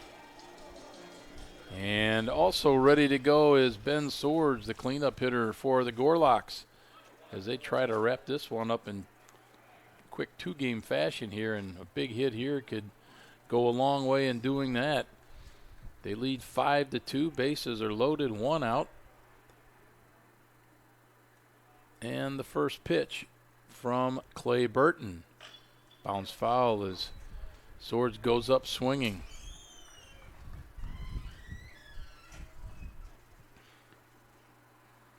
So down on the count, 0-1.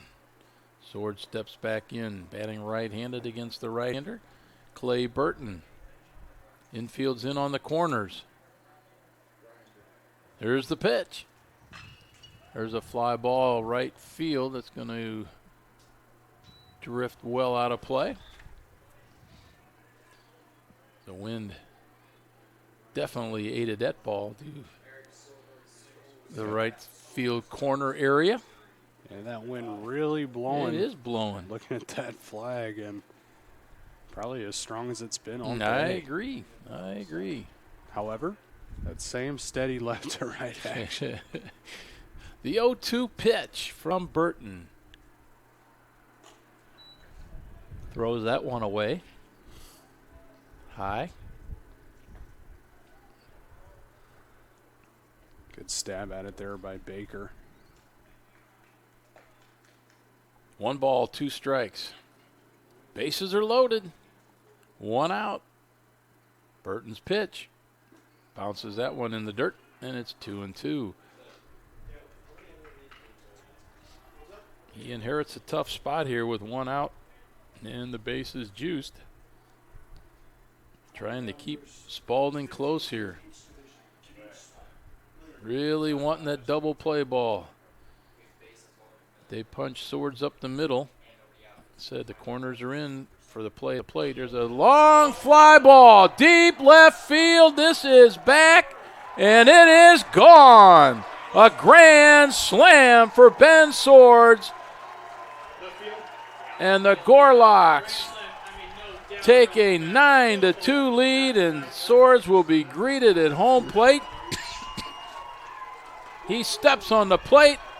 He is greeted by his teammates, and now he heads to the bench where there's more teammates to greet him.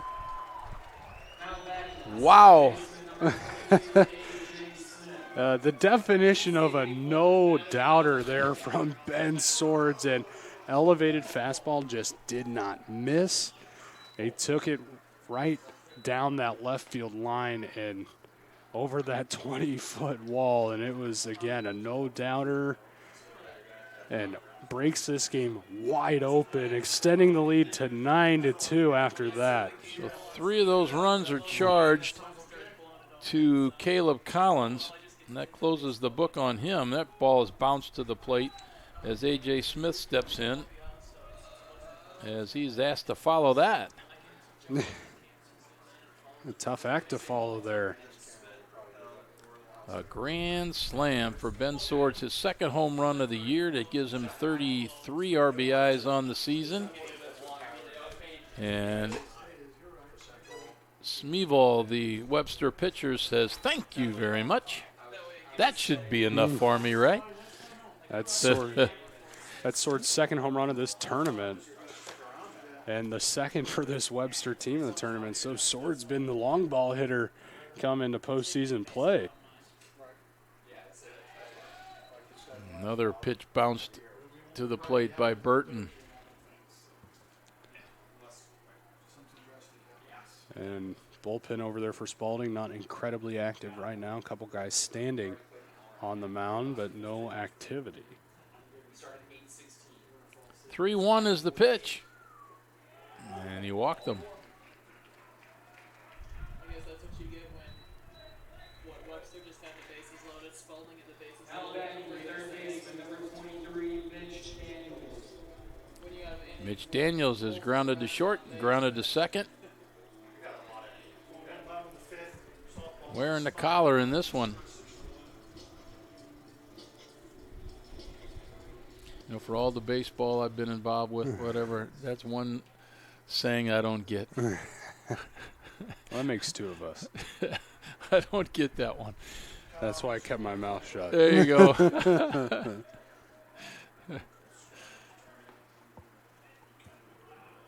First pitch to him is a ball. The next one will be coming from Clay Burton. Runner on first is A.J. Smith. Next pitch. Ground ball foul. Down into the Webster bullpen, through the bullpen, up into the grass area.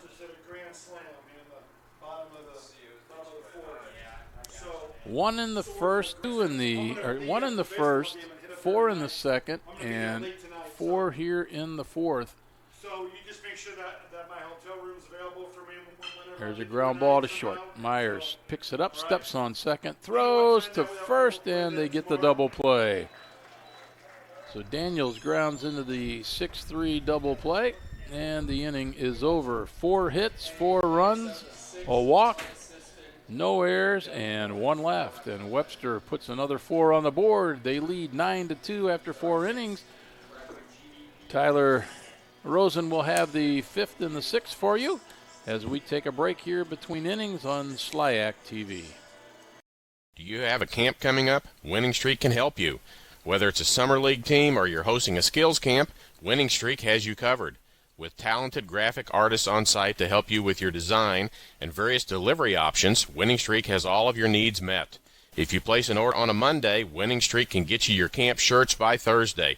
Winning Streak, your T-shirt headquarters.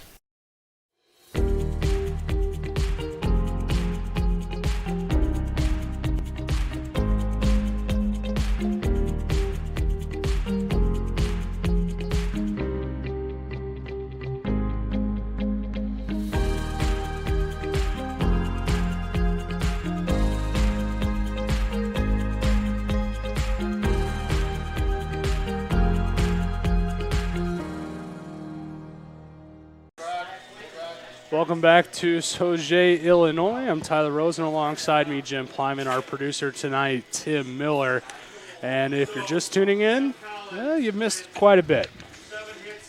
Our lead is 9-2 after a 4-run 4th inning, courtesy of, shall we say, a UFO shot from Ben Swords that was a no-doubter off the bat. He knew it, we knew it. And it was just a matter of how long it was going to take to get out. And that's how we get to 9-2. And it was a labored inning. It chased Caleb Collins out of the game. And now we work in the top of the 5th inning, getting the leadoff spot is the 2-time SLIAC Player of the Year, Eric Meyer. And he looks at ball 1. And now strike 1. Evening the count at 1-1 as that caught the outside corner. Yeah, Myers has couple of singles in this game. I'm trying to get that batting average right back up. He's got it over 400.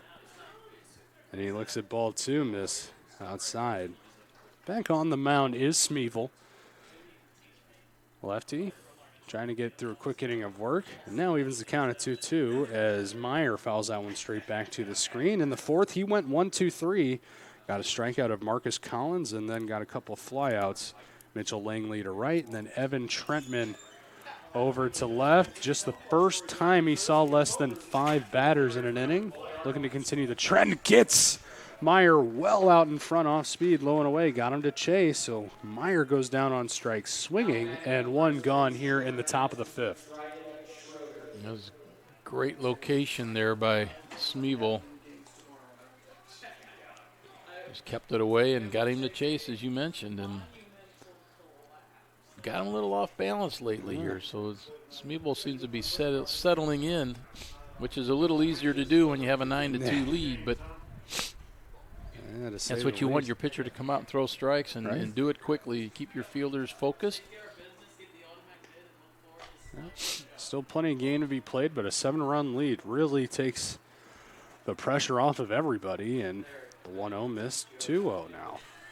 Dryden Schroeder 0 for 2 on the day, fly out to left. and struck out his last time up that in the third. And he looks at strike one. So 2-1 now to Schroeder, the first baseman.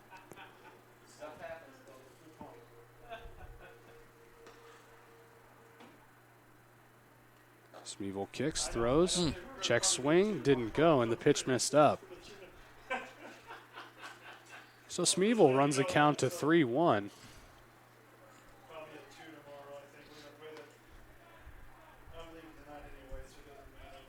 And we work in the top of the fifth. Smeevil kicks, throws, called strike two. And so the count will go full. We'll have a payoff pitch. A little activity in the Spalding bullpen. Smeevil 3-2. Chopped just foul down the first base line. We'll do it again. And it was Burton who came in to finish things off, and he was the one who gave up the long bomb. 3 of those runs not credited to him. However, the man at the plate was. And that was Ben Swords.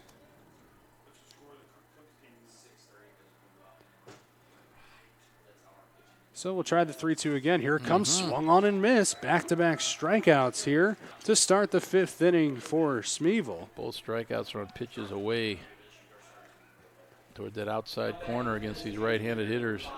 And I think you're right, Jim. He is finding his groove and really settling into the game. He didn't strike out anybody until that 4th inning, and he got 1 in there, and then he's just picked up 2 here in the 5th. He's got 4 total on the night and misses on the first pitch to J.T. Johnson, the DH.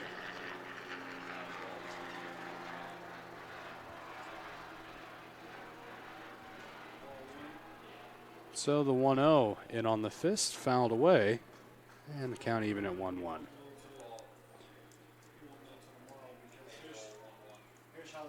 So again, what's at stake? Well, for Webster, a berth into the NCAA tournament, locking up that automatic qualifying bid.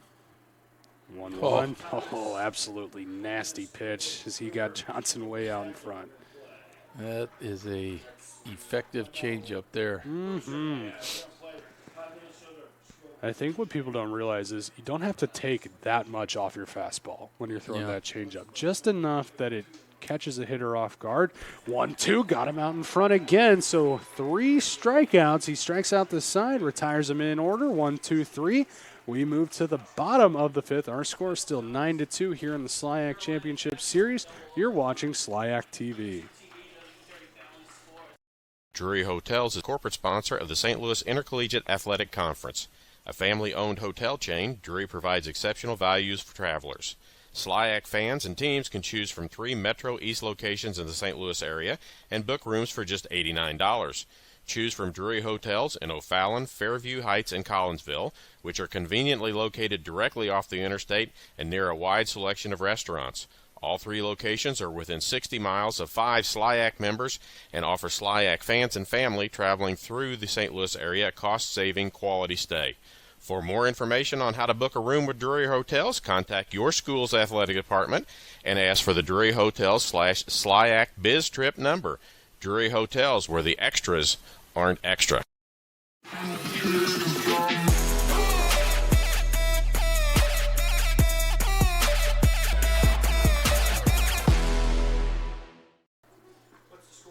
Welcome you back to Sauget, Illinois. For all you Gorlok fans out there, the Webster softball team went 1-1 on the day, and their second game they won. It was a 9-1 victory over Wisconsin Superior. They will play tomorrow, and they stay in the tournament. So congrats to the Gorloks to live to fight on tomorrow and continue their run in the NCAA softball tournament. So congrats to them, and we still got some work to do here, Jim.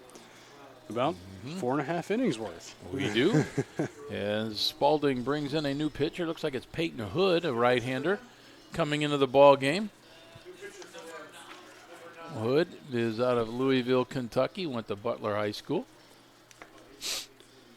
Yeah, Peyton actually got a start in this tournament. He won. He went 9 complete had 4 hits, just 1 walk, no runs, and 5 strikeouts. So Peyton Hood coming out of the pen, and he's going to have to deal with Zach Goodman, the catcher, Landon Bailey, the DH, and then the 9 spot, Aaron Hopp, the center fielder. If anybody reaches, we'll flip it around, as this one's lined into right center and cut off by the center fielder Mitchell Langley finally, but trotting into second with a stand-up leadoff double is Zach Goodman, the catcher, on the first pitch he sees from Hood. Boy, see that first pitch and boom. Yeah.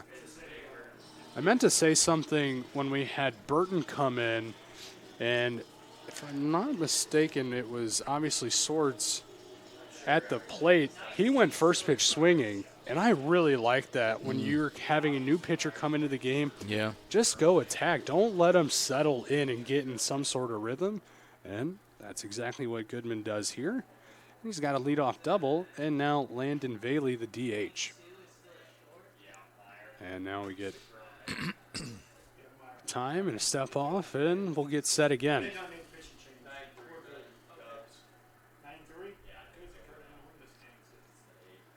Throw, gets the bunt down. It's a good one down the third base line, gloved by the pitcher. Hood fires on over to first, but it gets away from the first baseman. And it did look like he was going to beat the throw. So the runner scores on the throw as Goodman was going around third and an infield single. Goodman comes around to score. Our score now 10-2. Here in the bottom of the 5th, nobody gone, a runner on first. Well, they tried to make the strong throw. It was a strong one. Collins. He let it go, and the ball, the runner, everything got there at the same time. They give him a hit, and a run scored on the error. And it's going to be called another bunt. Yeah, gets the bunt down, and fielding his position is Hood. He makes a strong throw and a good throw this time over to first. So a sac bunt moves Bailey over to second. Sac bunt. And 1-3 to retire Aaron Hopp. And again, called E1 on the run scored by Goodman. As the throw was not the greatest, it was back on the line a bit. And so the top of the order, Adam Lovell. First pitch he sees fouls into the screen. So fresh into the game, Hood picks up an error and a run charge to him. Yeah, I said Collins before. I meant to say Hood on the throwing error on that bunt, on the first bunt. Was difficult, had to come off the mound well. Runner goes, throw down to third, not in time, sliding in head first, and made it interesting on the pop-up there. But in there with a stolen base is Landon Bailey.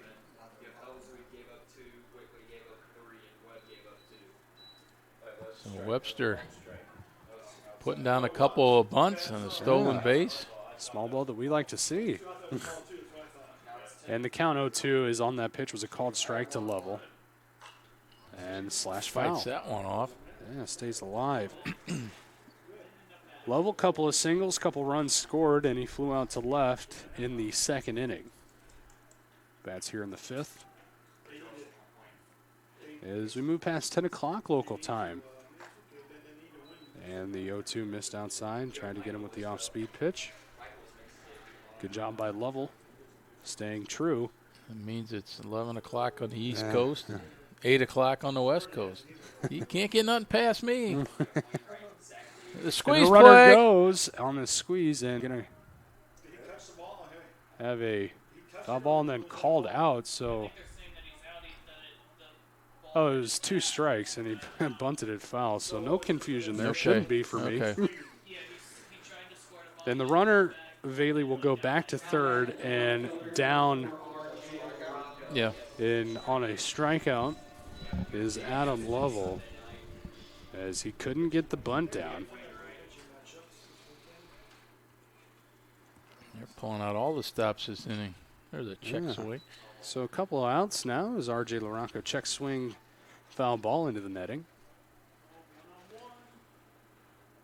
Again, our score 10-2 as we work in the bottom of the fifth.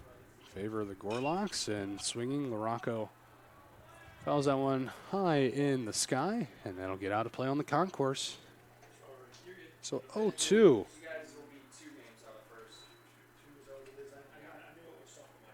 On R.J. Larocco, who has a single, flew out to right, and walked and later scored. Just missed on the outside corner. Nice good pitch. Fastball there from Hood. Yeah, nice pitch from Hood. Tim Birch didn't quite think so. Now the 1-2. Rings him up there, and well, I guess he's got his makeup kit. Yeah, I think so. So strikeout looking of R.J. Larocco. He didn't like it. Either way, they get one on the board. It's 10-2. We move to the sixth. You're watching the SLIAC Championship Series on SLIAC TV. I am an NCAA student athlete, and I pledge to be a champion of unity on my team, on my campus, and in my community. I pledge to stand against all forces of division and separation. I pledge to embrace differences and strive for inclusion and collaboration. I pledge to stand against racism, hate, and discrimination. I pledge to strive for love, care, and forgiveness. I pledge to stand against silence, deceit, and obscurity. I pledge to strive for dialogue, truth, and understanding. I pledge to stand against fear and doubt. I pledge to strive for trust and belief in one another. I pledge to stand against complacency and stagnancy. I pledge to strive for change and growth. I commit to supporting my fellow student athletes in all circumstances that impact them. I commit to both choosing unity personally and encouraging it for all. I pledge these things because we are stronger together. United.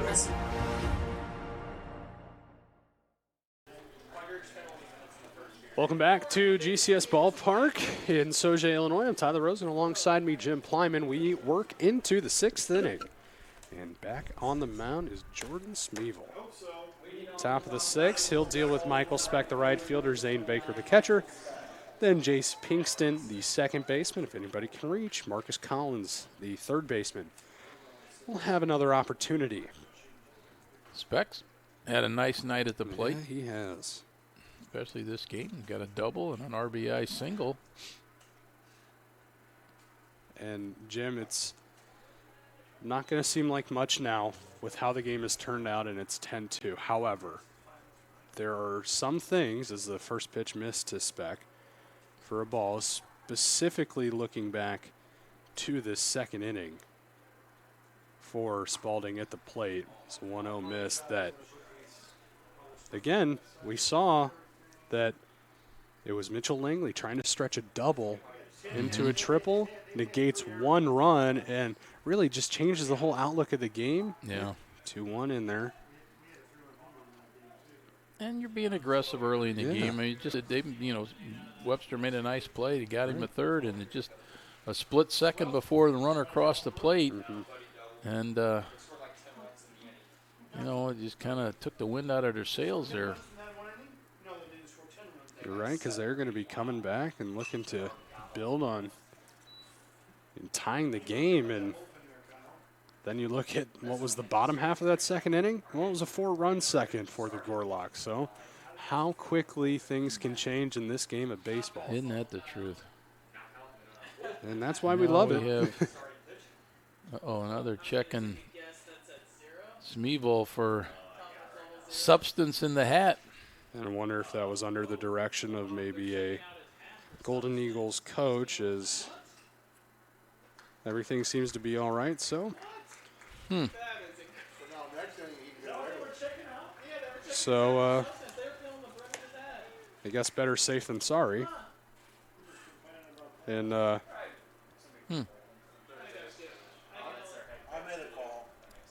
like to say that maybe it was a substance that's allowed Smeevil to work through this game, but it hasn't. Now he gets a strikeout here, drop third strike, tags out Speck for out number one, and that is 4 swinging strikeouts in a row.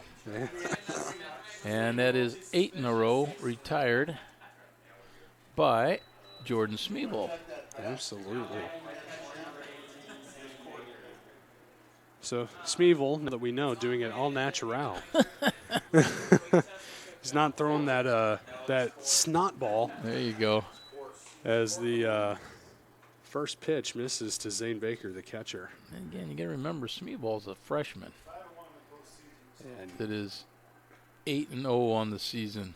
Yeah, it's not just been a great couple performances here in this tournament. It has been sustained throughout the year. And, you know, you look at the greater picture for this Webster team, it's a team that's lost 6 games coming into this championship series. So a team that knows how to win and win often. And now the count goes 2-1 to Zane Baker. He's got a single, reached on a hit by pitch back in the third. He scored in the second. And now looks at the 2-1, miss inside, 3-1.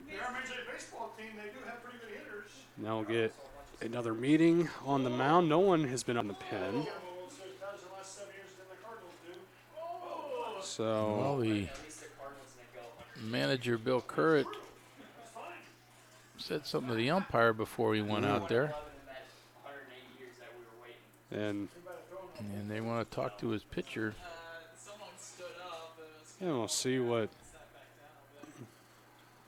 exactly that could be, and again, maybe just another clarification of settling everybody down here. As everyone breaks back, and the bullpen gets stirring for the Gorloks. Yeah, they're going to get them up and throwing down there. Like to think that this rest of this 6 is Smeevil's as he gives up a base hit to Zane Baker into left center, a 1-out single. And that stops the consecutive string of outs at 8. Still has the strikeout streak going. And the 4 strikeouts in a row, that's correct. So a 1-out single for the Spalding catcher, Zane Baker. And now Jace Pinkston, the second baseman, sitting on an 0-for-2 day. Bounced out reached on a fielder's choice, and was later put out on the base pass, 3-6 on the force, and then flew out to left and looks at a called strike 1 here. Smeebol has lived on that outside corner in these last 3 innings or so. Yeah, he's just been pounding that part of the zone and been rewarded. Now he comes back in. A good sliding block there by Goodman. Keeps it in front, holds the runner at first. And the count evens at 1-1. 1 out. Smeevil got him to chase up. He's ahead in the count, 1-2. Pinkston trying to go the opposite way with that cut. 10-2 our score here in the top of the 6th. Webster looking to advance to the NCAA tournament. Could be a double play, ball 4 over to 6. So fielder's choice as it was bobbled there by A.J. Smith as he was trying to get it out of the glove to Swords. So Baker off the base pass and reaching on the fielder's choice is Jace Pinkston. So runner at first, 2 gone now. And Marcus Collins, third baseman, reached on a fielder's choice. And struck out in the 4th. And called strike 1. 2-goal lead, the most dangerous lead in hockey.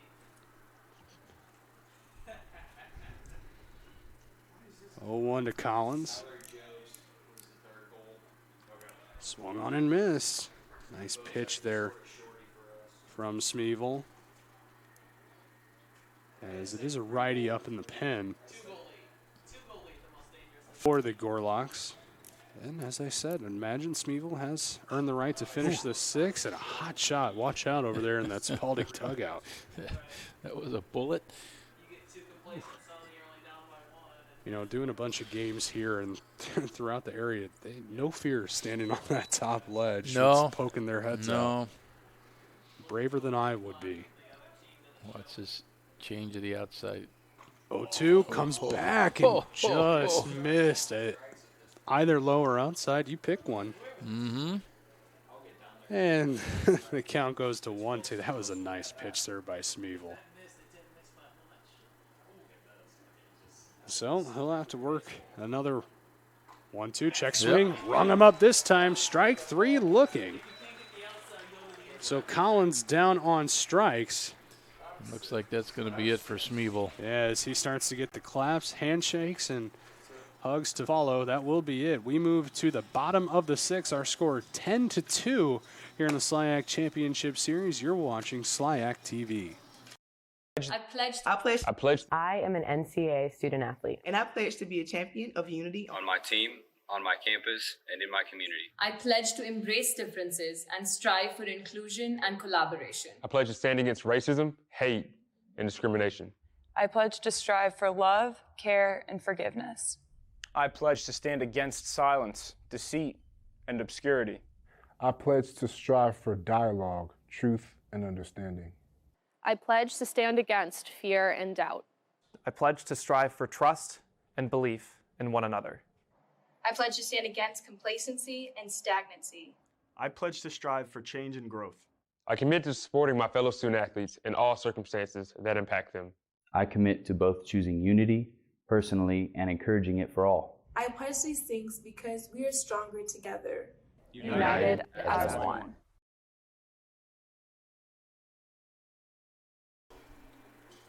Welcome back to Sauget, Illinois. We're in the bottom of the 6th.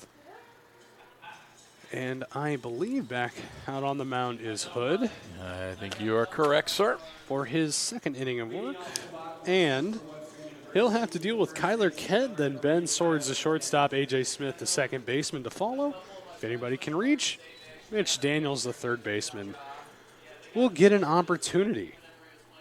And these Gorloks hold a commanding 10-2 lead. And first pitch into Kyler Kent called strike 1. And a team that is just, I know they say don't start counting outs too soon, but 9 outs away. Who are they? Well, they can't know more than us. No, not at all. The 0-1 in there called strike 2. We got it down. We know it all. I'm glad someone else realizes That's right. And gets a chopper. Hood plays his position, flips on over to first. Schroeder gloves, and 1-3 to retire Kent. 3 pitches, 1 out. And the shortstop, Ben Swords, who's had an all right afternoon. He reached on a hit by pitch, had an RBI on a ground out in the 2nd, and then a grand slam that really opened things open in the 4th, made it 9-2. Count him up, 4 RBIs on that play. 5 on the night for him, and what a nightcap he's having here. Absolutely. Great performance. Timely hitting again. And he looks at 2 straight balls to start the at-bat.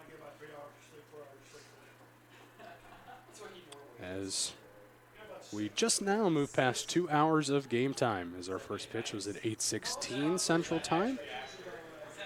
And now 3 straight balls to start the at-bat to Ben Swords.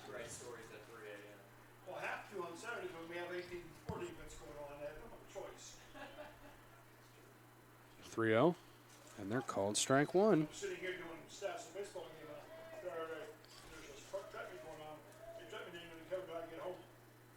So Swords still working ahead in the count, 3-1.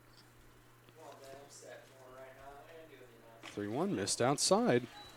So a 1-out walk issued to Ben Swords, the shortstop. And the 3rd time he has reached today. That including the home run. A.J. Smith is 1 for 2 in this game with an RBI single in the 1st inning. He's walked in the 4th, and he flew out back in the 2nd. So he's been involved. Yeah, been busy. And works with a runner on and looks at a called strike 1, catching the inside corner.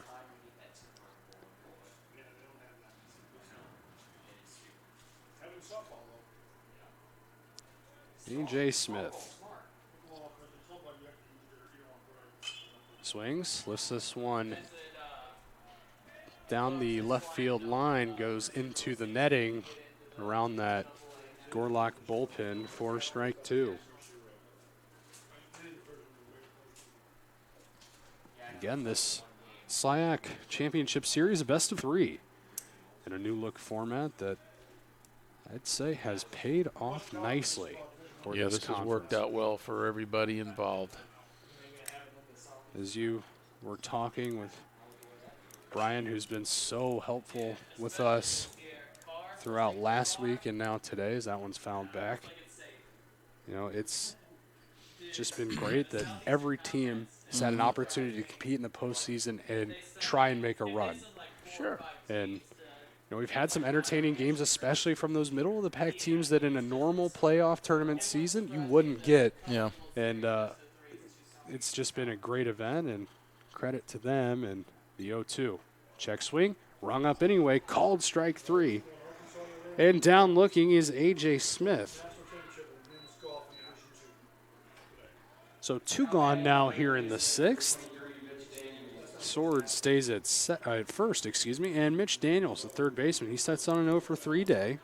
A couple of ground outs to short and 1 to second, that coming in the 3rd, sandwiched between those 2 ground outs to Eric Meyer. First pitch shows bunt, takes it back. Pitch missed outside, ball 1. Gorloks came into this series today ranked number 3 in the country according to D3 Baseball. And called strike 1 on the outside corner. A team not too far. WashU ranked number 1 in the country, and they do not have a conference tournament, so they have already locked up an automatic. And talking with and looking around, that central region in D3 is loaded. Loaded. Quite a shame for a team like Spalding, who has put together a fantastic year. Yeah. Who it's going to take a great comeback / an epic collapse for them to extend this series.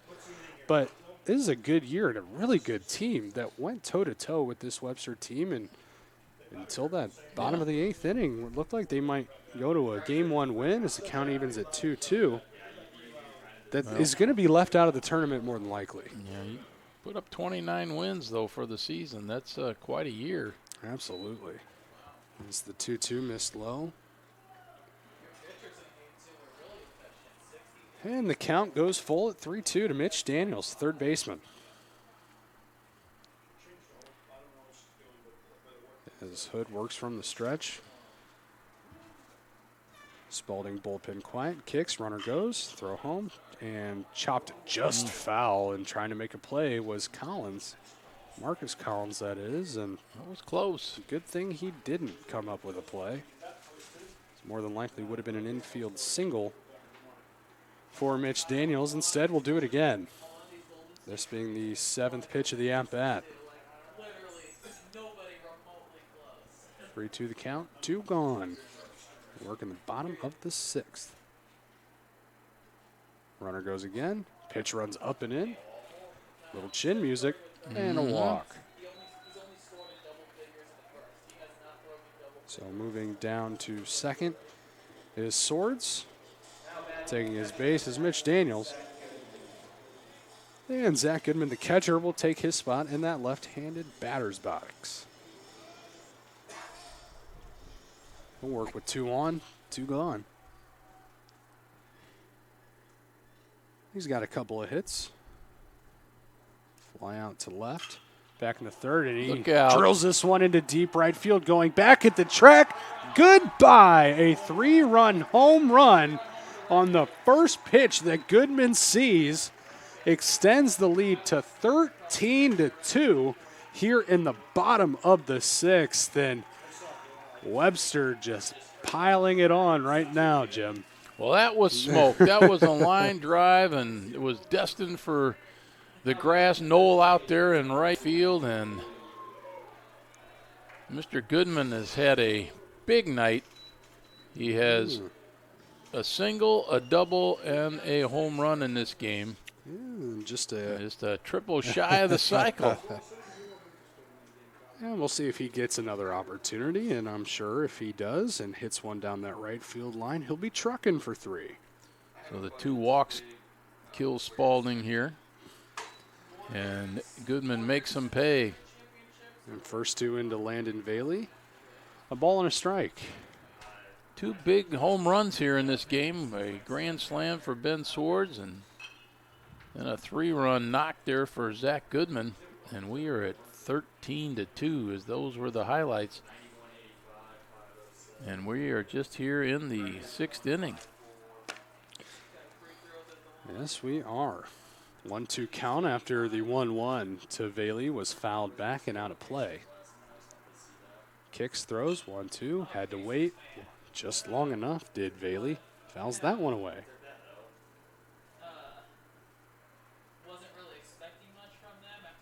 And it really doesn't take all that much, not taking anything away from Goodman as Bailey goes down on strike swinging to end the inning. Not much to get it over that short fence, but Goodman didn't miss it, and he got all of it, and it got out in a hurry. So our score now 13-2 here in Game 2 of the SLIAC Championship Series. We move to the 7th. Jim will have it for you when we come back on SLIAC TV. For the love of the game. That's what it's all about, they say. But for those of us who are Division III student athletes, it's more than that. It's more about team and the schools and communities we represent. And for the many of us blessed with the strength to compete in sport at the college level, we understand that with what we were given comes a special obligation. Our obligation to help those who have their own special needs and whose love for the game is no less intense. That is why NCAA Division III teamed up with Special Olympics. Since August of 2011, we and others from Division III campus communities have volunteered more than 250,000 hours, time away from the classroom and practice field, reaching across the country to coach and mentor Special Olympics athletes. And to learn that in giving, we receive so much more in return. Help us keep that dream alive. Be part of it. Get involved. You can make a difference. And we going to start the top of the 7th inning here as Joey Marco takes over for Webster as he replaces Jordan Smeevil. Smeevil went 6 full innings, gave up 2 runs, 7 hits, and he is in line for the victory, which would be his 9th of the season, as his Gorloks have put 13 of them up there for him, and they lead this one 13-2 as we go into action here in the 7th inning. Mitch Langley will lead it off. It'll be Langley, Trentman, and Eric Meyer, the top 3 batters in this Spalding lineup.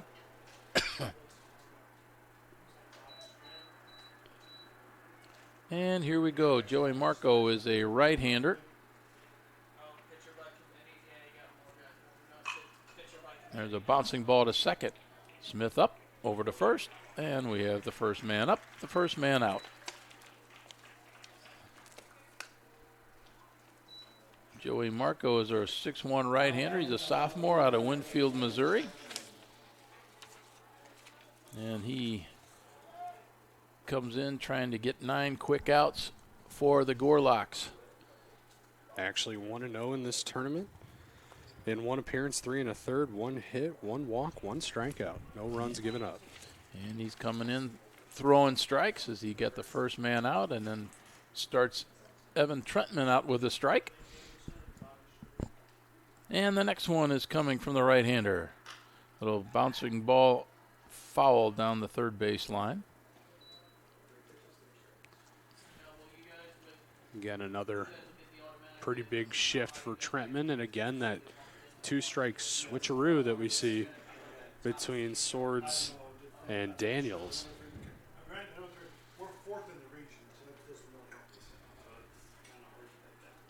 0-2 is the count. Trentman steps back in. He has been on the bases, I think 7 out of 8 times he's been up here tonight. Yes, sir, you are right. Marco steps off the mound. Trentman steps out of the batter's box. It's righty versus lefty here. The pitch. He offered, but pulled the bat back, and it's 1-2. That must have been towing right up to the edge of that home plate. The shift is on for Evan Trentman. The 1-2 pitch coming. Swing and a miss. Good pitch on the outside corner of the plate. And Joey Marco has a strikeout. Gonna get a pitching change.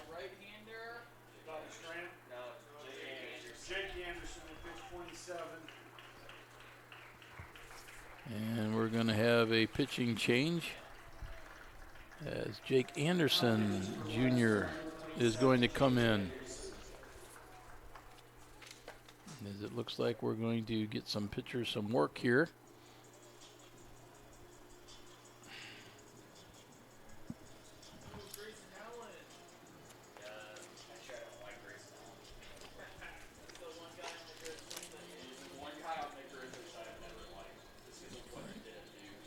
Take a quick break as Anderson warms up. We'll be right back. You're watching SLIAC TV.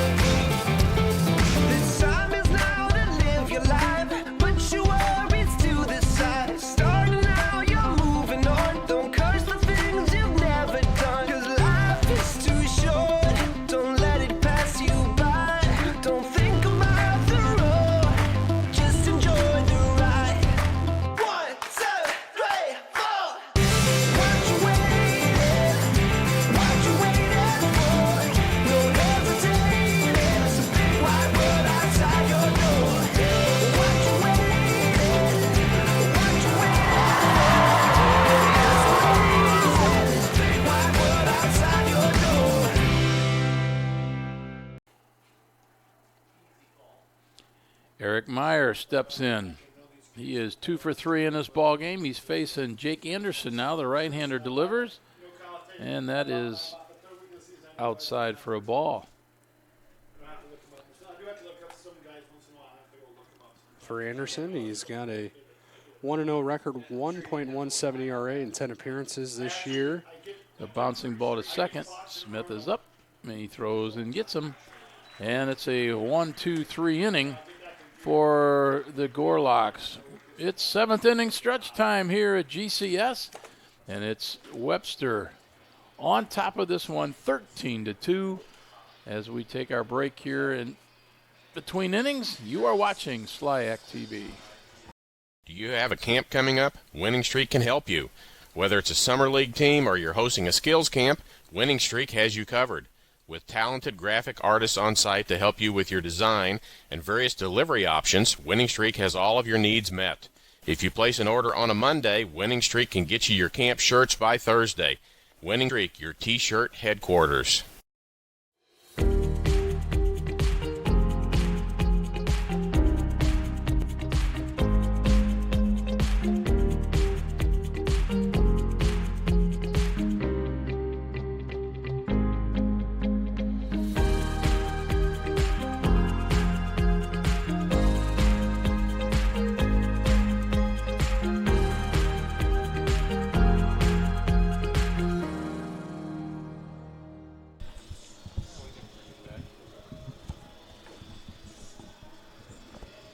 We move to the bottom of the 7th inning here at GCS Ballpark. It's a 13-2 lead for the Webster Gorloks as they are 8 outs away, or excuse me, they're 6 outs away from an invite to the Division III regionals. Leading it off in the bottom of the 7th is the number 9 hitter, Aaron Hopp, and it'll be around to the top end of Adam Lovell and R.J. LaRocco. Still on the mound here is Peyton Hood. His first pitch is bounced towards second base. Pinkston throws out. Hop to start the 7th inning.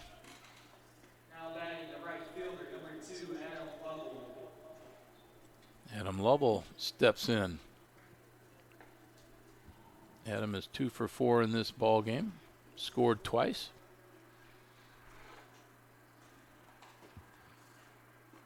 And the first pitch to him is a strike.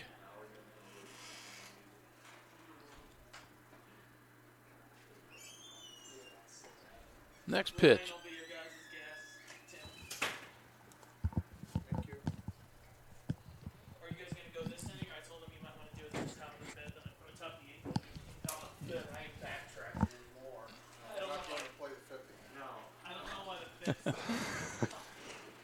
There's a shot into left field. That one's going to go into the corner.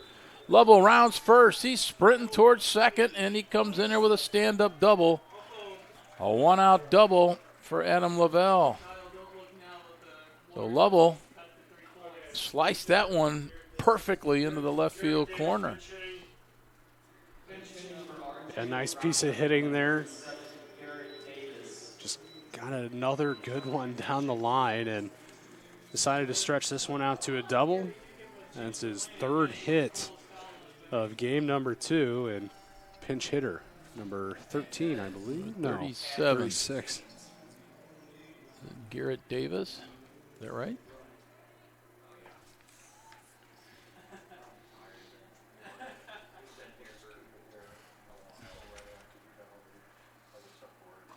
Okay. First pitch to Davis is a ball. Runner on at second with 1 out.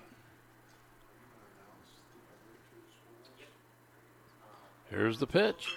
There's a shot in the right, going back a speck, and he makes the catch. He quickly gets it in, and Davis is retired. Kyler Kent will step in.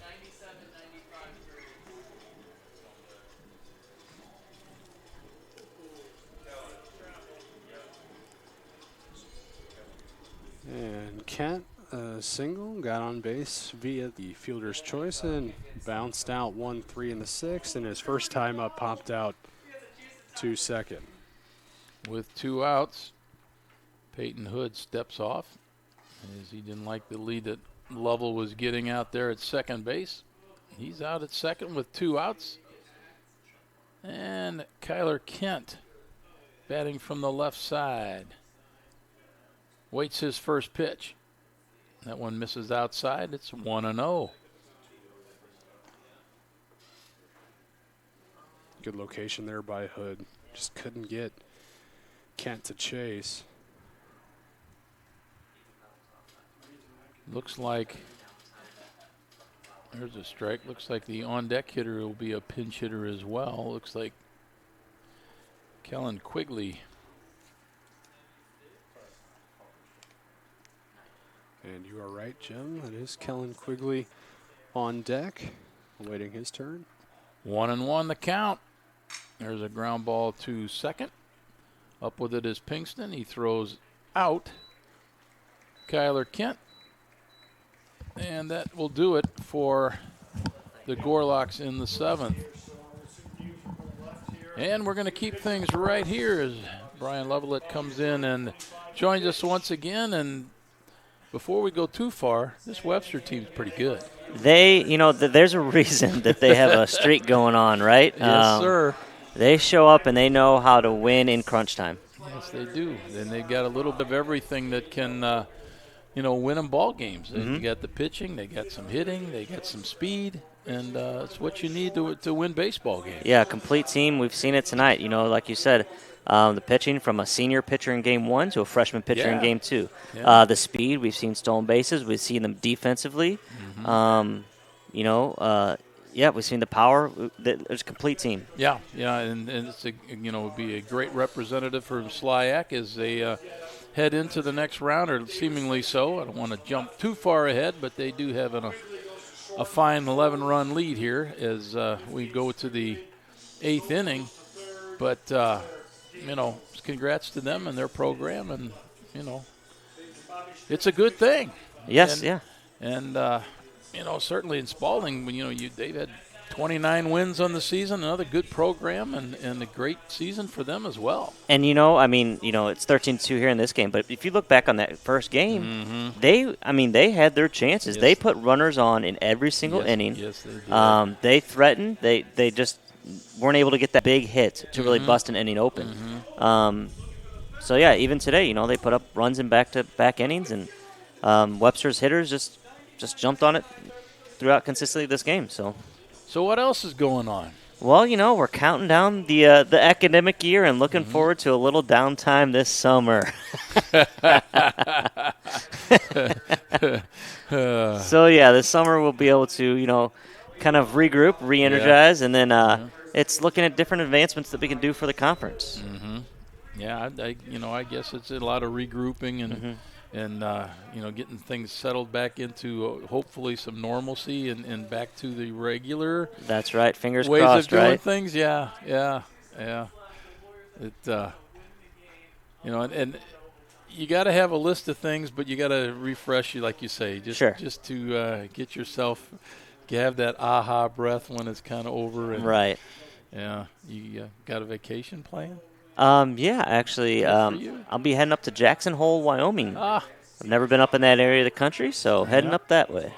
I was supposed to go to Yellowstone last year and had to cancel everything. Okay. And hopefully we get back there next spring is what we're hoping for. But yeah, so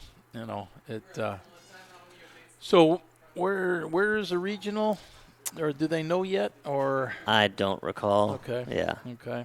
And it's just I think they're armed and ready to go if Webster is advancing here. It's fun to see this well balanced team here. I'm enjoying this. So, and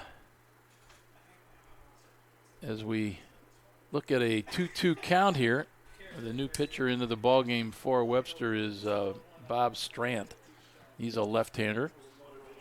I think Bill getting some arms, some work in there. Yeah, and what do you do? Just completely off the subject, as far as do you like the turf fields, the grass fields? Is it seem to be going as much as programs can get to the turf field as fast as they can, or be able to pay for it? Or I think that's the thing, is finding the funding for it. I think turf fields. While costly, I think they in the long run help schools out because you're not spending as much time on the maintenance, and you're able to if it's a light drizzle or light rain, you're able to get on that field right then and there. Right, and you also can get games in that you might not, and like you say, they don't have the maintenance for the fields, but it's an expensive purchase. It is expensive. Yeah, but you're also seeing schools, they can also use it multi-purpose, Right. Different teams can practice on it. So I think it's the way to go. It's just a matter of getting the fundraising. Right. Brian Campbell steps in as a pinch hitter here as he bats in J.T. Johnson's spot. As both coaches starting to clear some of their benches if they can, or get some players in, and that's what you also kind of like to see in a game like this. Get everybody a chance. Anything you need to add, sir, that you want to get in before? I would like to say congratulations to the Webster softball team, who tonight won their second game up in the NCAA championship, the first win by a SLIAC team in the National Softball Championship since 2013. Wow. So congrats to the Gorloks there. Good for them. So it's never ending. It's always something busy for you, isn't it? Yes. There's always something happening. And that's, and too, we want to thank you guys for having us out here, and the hospitality and all the stats and everything that come our way. It makes this easy, and it's been fun. I've, been able to do basketball and soccer and baseball here, as far as just me personally, and I've enjoyed, every spot that I've been. So, again, just, thank you from from me and many of the others on the staff here at College Cast, we've enjoyed it. Yep, great coverage. Been great working with you guys, and we look forward to seeing you back on a normal schedule back in I guess it'll be the first weekend in November, right? For our soccers and volleyball. So yeah, it'd be great. So, all right, well, thanks for stopping by. No problem. And congratulations on a good year and finishing things out here. And we're going to have another pitching change as Campbell walked. So I believe that is 2 walks in the inning by Strant. Trying not to be too distracted here from the interview and keeping things going here. Yeah, we're going to take a quick break and we'll catch up on our new pitcher as we are watching on SLIAC TV. We'll be right back. Drury Hotels is a corporate sponsor of the St. Louis Intercollegiate Athletic Conference. A family-owned hotel chain, Drury provides exceptional values for travelers. SLIAC fans and teams can choose from 3 Metro East locations in the St. Louis area and book rooms for just $89. Choose from Drury Hotels in O'Fallon, Fairview Heights, and Collinsville, which are conveniently located directly off the interstate and near a wide selection of restaurants. All 3 locations are within 60 miles of 5 SLIAC members and offer SLIAC fans and family traveling through the St. Louis area a cost-saving quality stay. For more information on how to book a room with Drury Hotels, contact your school's athletic department and ask for the Drury Hotels/SLIAC Biz Trip number. Drury Hotels, where the extras aren't extra.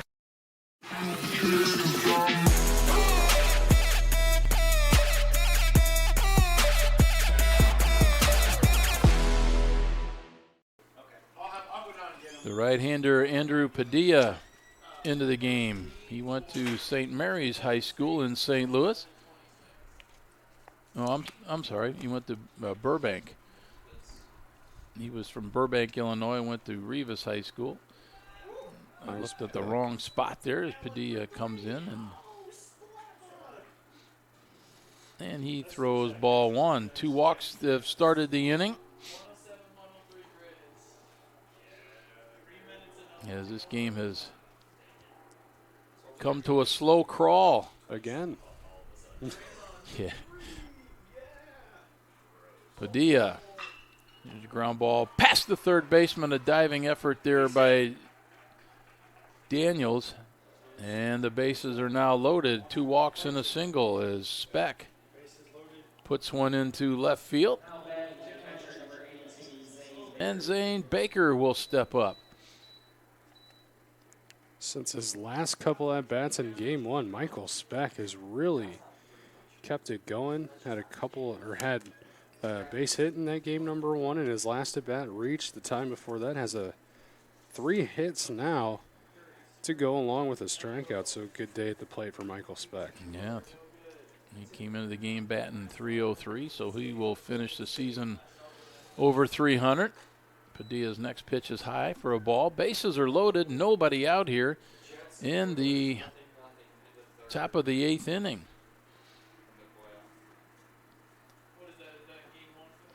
Pitcher up in the bullpen. Couple pitchers up for the Gorloks here. There's a ground ball. Could be 2. Out at second. Out at first. Double play. A run scores. No RBI on that. The old 6-4-3.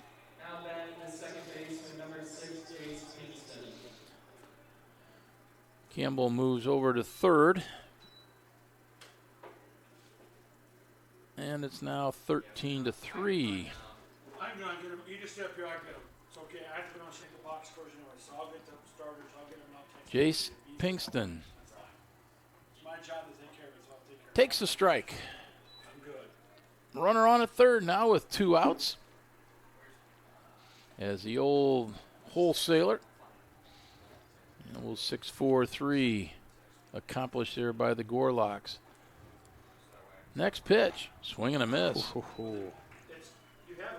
And it's 0-2. He had Pinkston all sorts of crossed up there.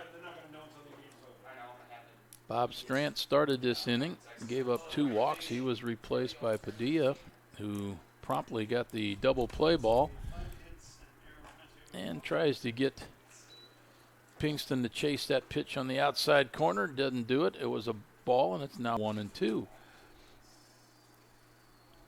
Good idea there from Padillo. Marcus Collins is on deck. And the 1-2 pitch is coming. Curveball bounced to third. Charge, backhand, throw to first. Well done. Nice play there. Well by Daniels. done by Mitch Daniels. A backhand pick and a toss across. And that will do it for the 8th inning. 1 run is scored by Spalding, and as we take this break, it is a 13-3 lead for Webster as we go to the bottom of the 8th inning. You're watching. I am an NCAA student athlete, and I pledge to be a champion of unity on my team, on my campus, and in my community. I pledge to stand against all forces of division and separation. I pledge to embrace differences and strive for inclusion and collaboration. I pledge to stand against racism, hate, and discrimination. I pledge to strive for love, care, and forgiveness. I pledge to stand against silence, deceit, and obscurity. I pledge to strive for dialogue, truth, and understanding. I pledge to stand against fear and doubt. I pledge to strive for trust and belief in one another. I pledge to stand against complacency and stagnancy. I pledge to strive for change and growth. I commit to supporting my fellow student athletes in all circumstances that impact them. I commit to both choosing unity personally and encouraging it for all. I pledge these things because we are stronger together. United.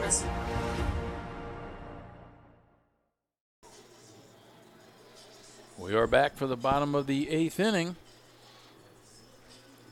And it looks like Kellen Quigley will be pinch hitting here to lead things off for the Gorloks.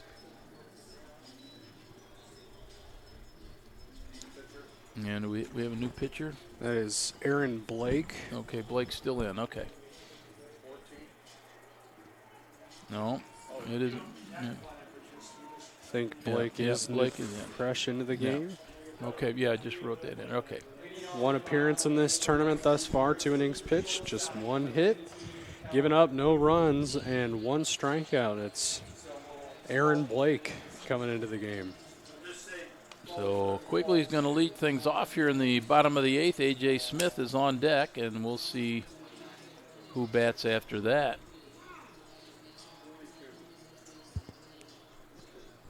Yeah, I got him. Aaron Blake is a right-hander.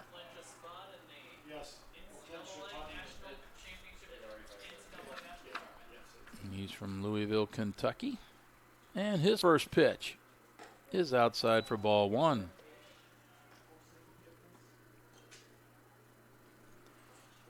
Kellen Quigley out of Bolingbrook, Illinois. Fouls that one off, and it's 1-1. They play Quigley straight away. And the 1-1 pitch is coming.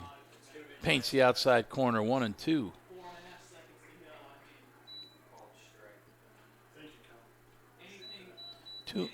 1-2 is the count. And the next pitch. Strike 3 call. And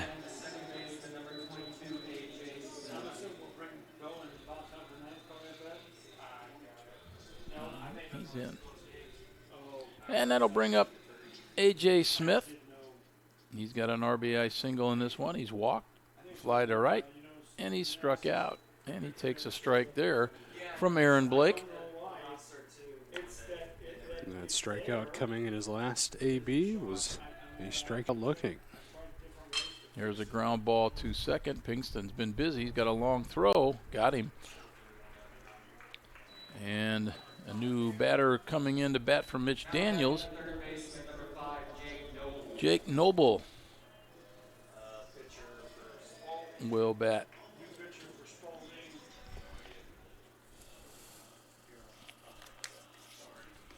And we're going to bring in a pitcher. 15 pitches Aaron Blake was a senior. I think he got a senior moment there to come in and pitch. And he is greeted with hugs and handshakes from his teammates. Very nice moment for him. And we'll have a pitching change as it looks like it will be Logan Cook. Okay, and he is a graduate from Shepherdsville, Kentucky.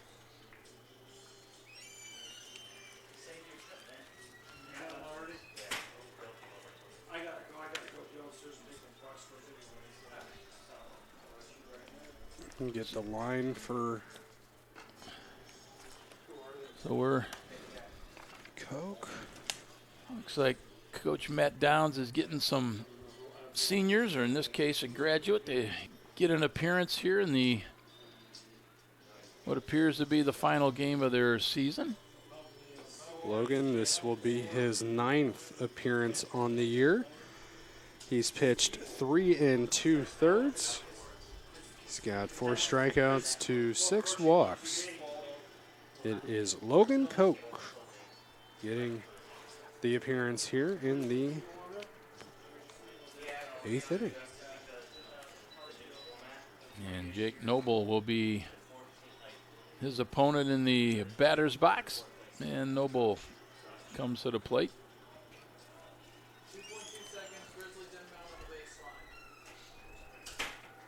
And he'll be batting from the right side.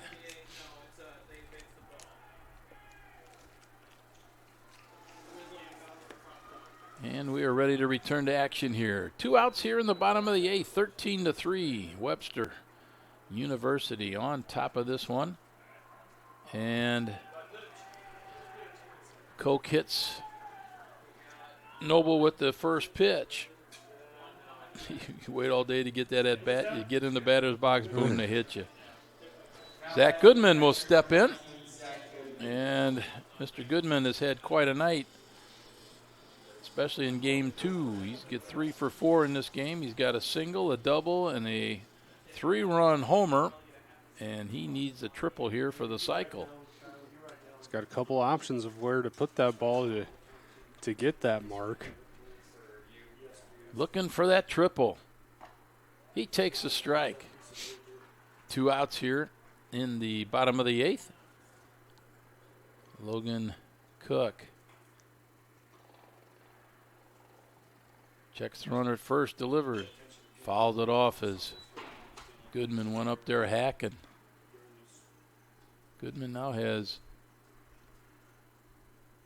2 home runs on the season. 19 RBIs. Down in the count, 0-2. Cook delivery. Fended that off as he tried to go inside on him there. Yeah, it looked like crossed Goodman up just a bit, in on the fist, and just able to stay alive. Noble gets a lead off of first, and the 0-2 pitch. That one is put in the left field for a base hit. And Goodman has his 4th hit of the ball game. And now runners at first and second.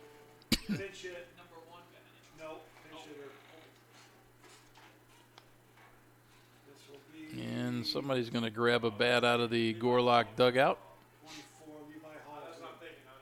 No, we don't know yet. 24, Levi Hall. Levi Hall is going to get a pinch hit. He's from Oceanside, California. Went to El Camino High School. As Hall bats for Bailey.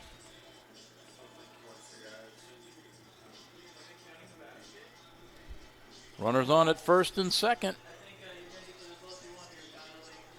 Looks like Coke is the last pitcher we're going to see tonight, as the bullpen has been closed down there for Spalding. Yeah, I guess probably about 2 minutes till close, as it's Levi Hall. 10:58 local time.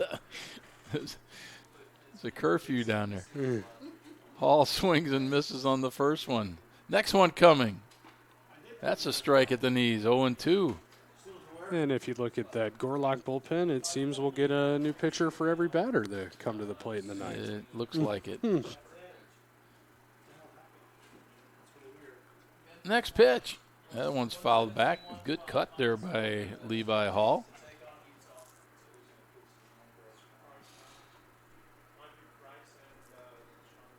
Aaron Hopp is on deck. If it gets to him. First two are retired. There's another foul ball. This off to the left side. First two were retired in the inning. And then it was a hit by pitch and a single. As Webster tries to add to their 10-run lead. Here's the next pitch. Ground ball to second. Pinkston up with it. He's going to throw to Meyer at short, and that retires the Gorloks in the 8th inning. We move to the 9th. 3 outs away is Webster from advancing to the regional NCAA tournament. We'll take a break here. You are watching SLIAC TV. I am an NCAA student athlete. And I pledge to be a champion of unity on my team, on my campus, and in my community. I pledge to embrace differences and strive for inclusion and collaboration. I pledge to stand against racism, hate, and discrimination. I pledge to strive for love, care, and forgiveness. I pledge to stand against silence, deceit, and obscurity. I pledge to strive for dialogue, truth, and understanding. I pledge to stand against fear and doubt. I pledge to strive for trust and belief in one another. I pledge to stand against complacency and stagnancy. I pledge to strive for change and growth. I commit to supporting my fellow student athletes in all circumstances that impact them. I commit to both choosing unity personally and encouraging it for all. I pledge these things because we are stronger together. United as one.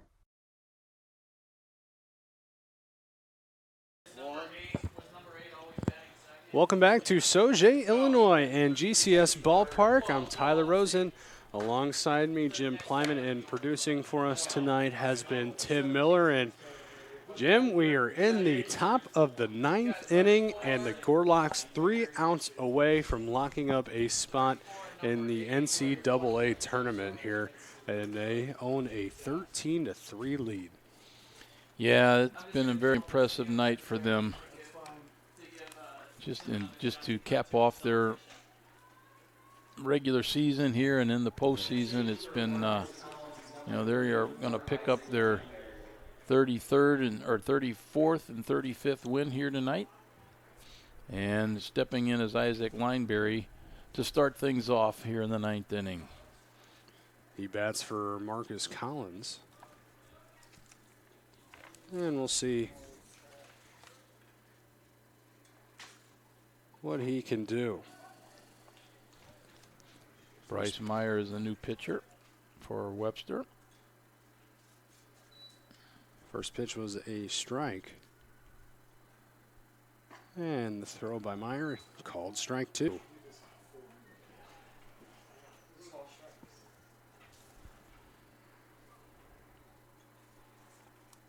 Lineberry behind in the count 0-2. Myers kicks, throws, pitch comes inside for ball 1.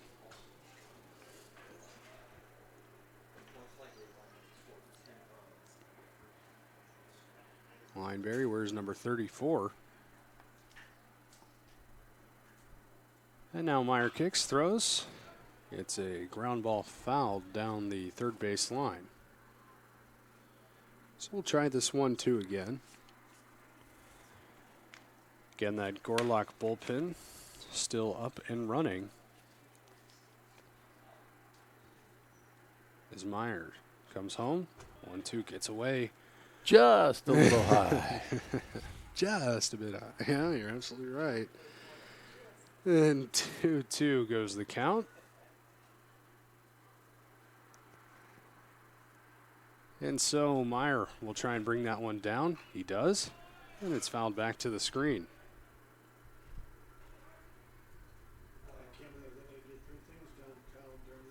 Seventh pitch of the at-bat upcoming here.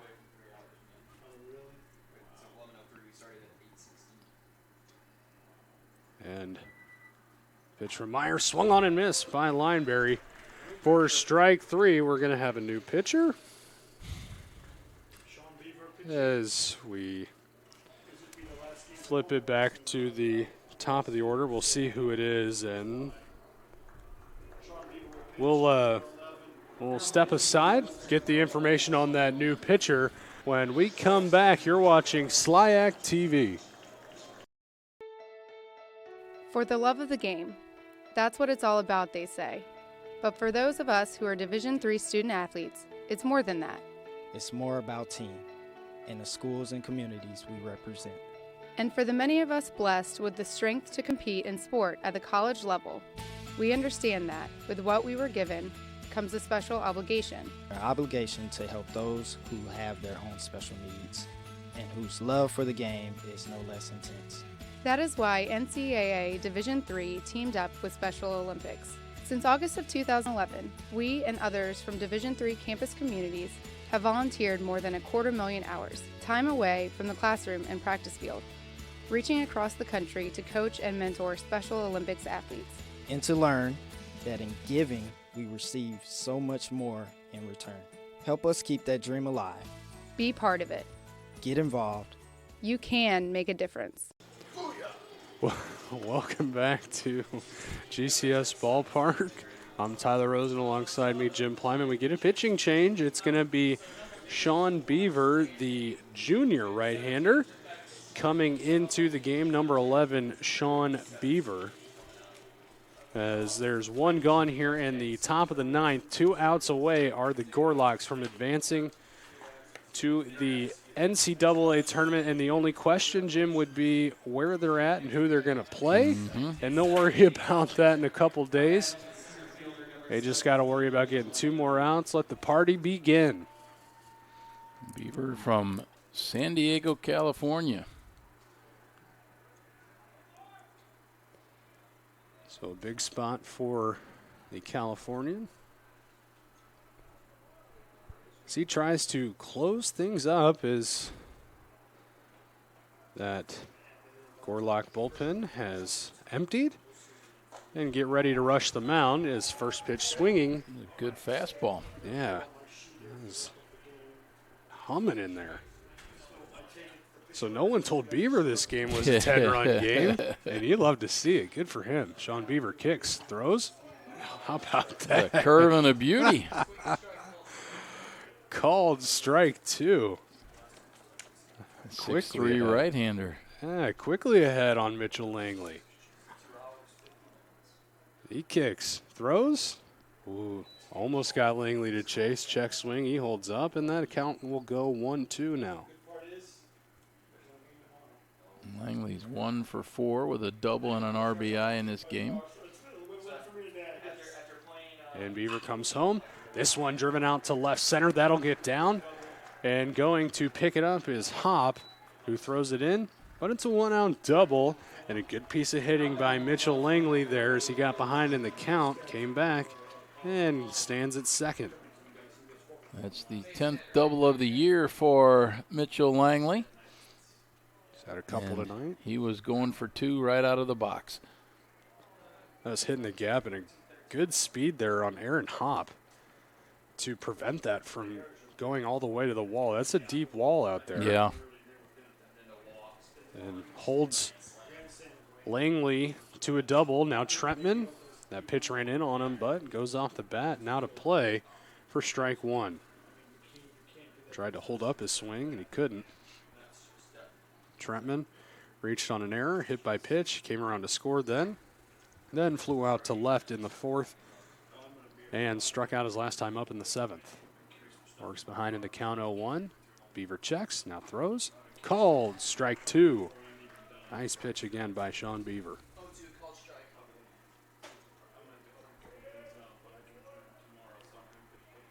Gorloks have not lost when reaching the SLIAC final. They look to make it 11 SLIAC championships. Get a ground ball, just fouled down the first base line.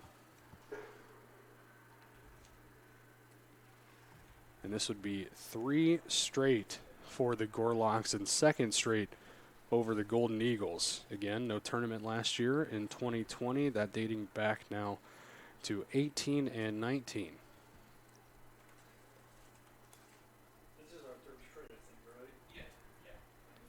Beaver kicks, throws, fastball missed up and away. Count will go to 1-2. Eric Meyer is on deck, wanting one more chance. Should get it, barring a double play. And Beaver fastball runs in, and Trentman goes down swinging on strikes. Eric Meyer comes at a plate, two-time SLIAC Player of the Year. And he came into this game hitting .396. He's 2 for 4 in this one. So he's dangling close to that 400 mark. This will be the last at bat for him, and he looks at a ball outside. You can see Beaver trying the fastball in that outside corner. Eric Meyer is a graduate student, 6'3", solid shortstop for Spalding. You know he wants to go out on a good note. And he chases that one and fouls it up and out of play. That'll go into the parking lot. Count evens at 1-1. You gotta like the confidence here in Sean Beaver just going at him. Yeah. Power pitching versus really good hitting is always a pretty good matchup. And the 1-1 from Beaver goes high for ball 2. Big gap in right center. They shade Meyer to the left side in the outfield. And playing him to pull.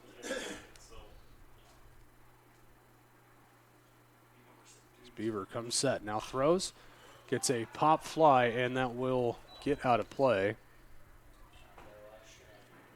All right, back here by us. Sounded like maybe just a bit to our left. So the count evens at 2-2, and the Gorloks 1 strike away. Sean Beaver trying to close things out, and he works with a 2-time SLIAC Player of the Year at the plate. He's got him on the ropes with 2 strikes. Beaver kicks, throws, just did make contact there was Eric Meyer, and looking at that Gorlok dugout, they're about ready to flood out there. But Meyer stays alive. Keeps the count at 2-2. 11-11. Local time. Approaching 3 hours on this game. Is that all? Been a breeze. Is Sean Beaver. Looks, throws home, 2-2, and Meyer doing a good job staying alive. Fouls that back to the screen. That's a good cut. Yeah, it is, and you can tell he doesn't want to get beat with that. He doesn't want to get struck out here.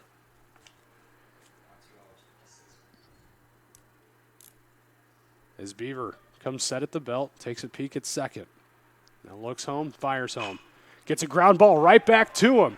Beaver takes a couple steps. He flips over to first. That'll do it.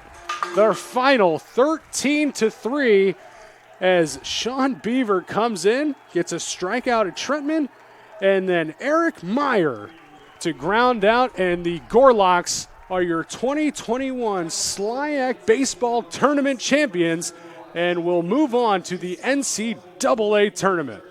They improve their record to 35-6 as they sweep this doubleheader here tonight.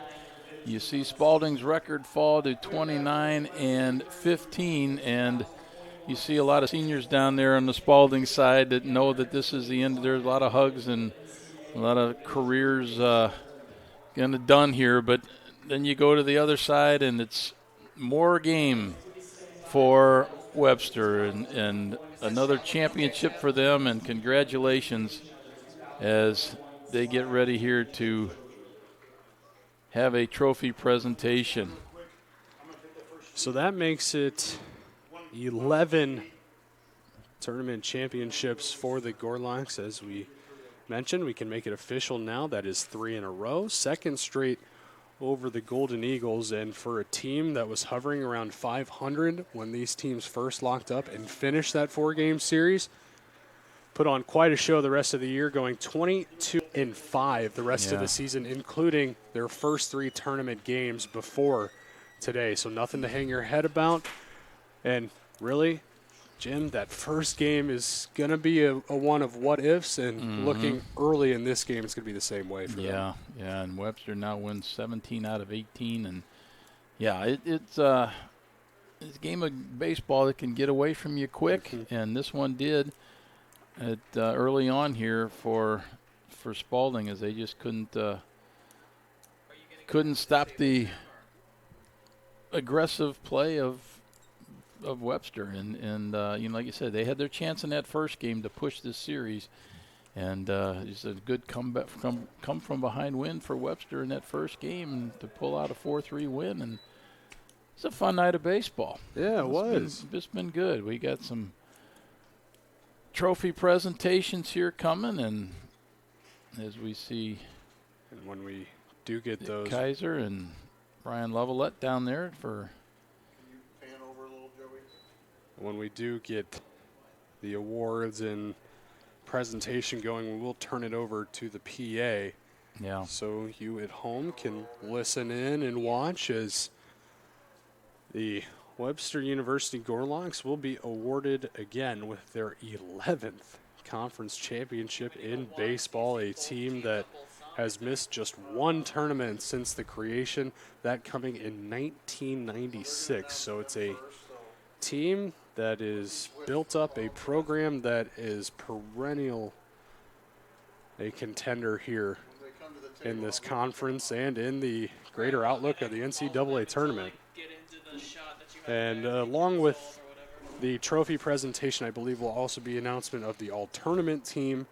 So again, when we get going with that, we'll flip over to the PA, and I think we're about to do that.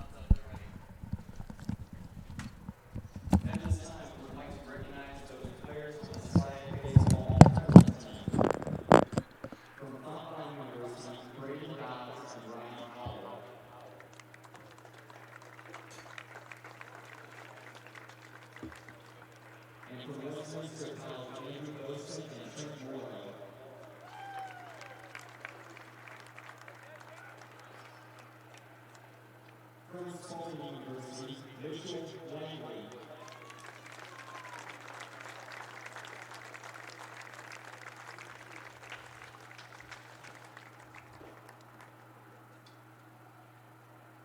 From Spalding University, Evan Treachery.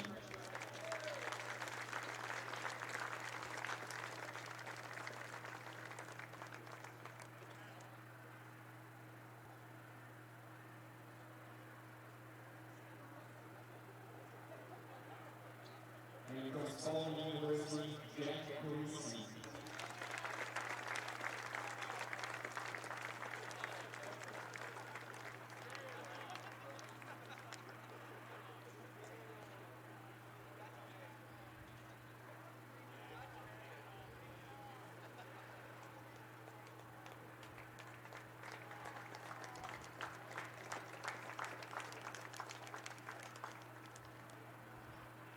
From Webster University, Tyler Pennant.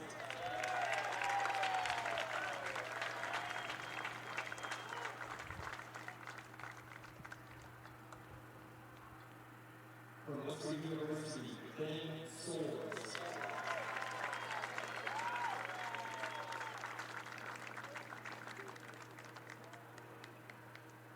And the 2021 SLIAC Baseball Tournament MVP from Webster University, Jordan Sealer.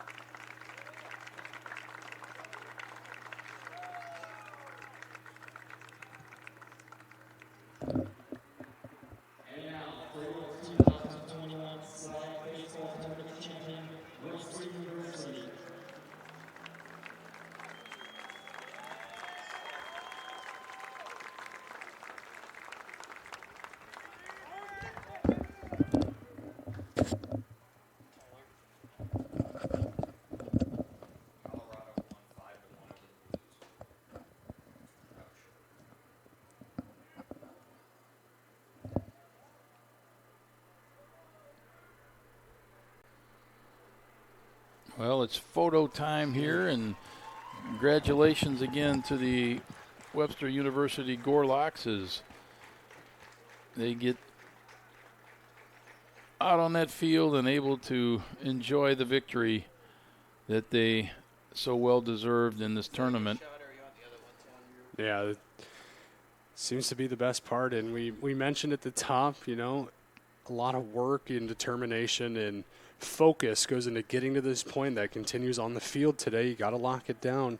Even when this thing got out of hand in game number 2, you still got to stay focused and make the outs. And now you can let that all wash aside, take a break. Think there's about a week or so between when they will actually play in the NCAA tournament. And again, the only question is where, when, and who exactly they will be playing. And I would assume that might be coming out this Sunday.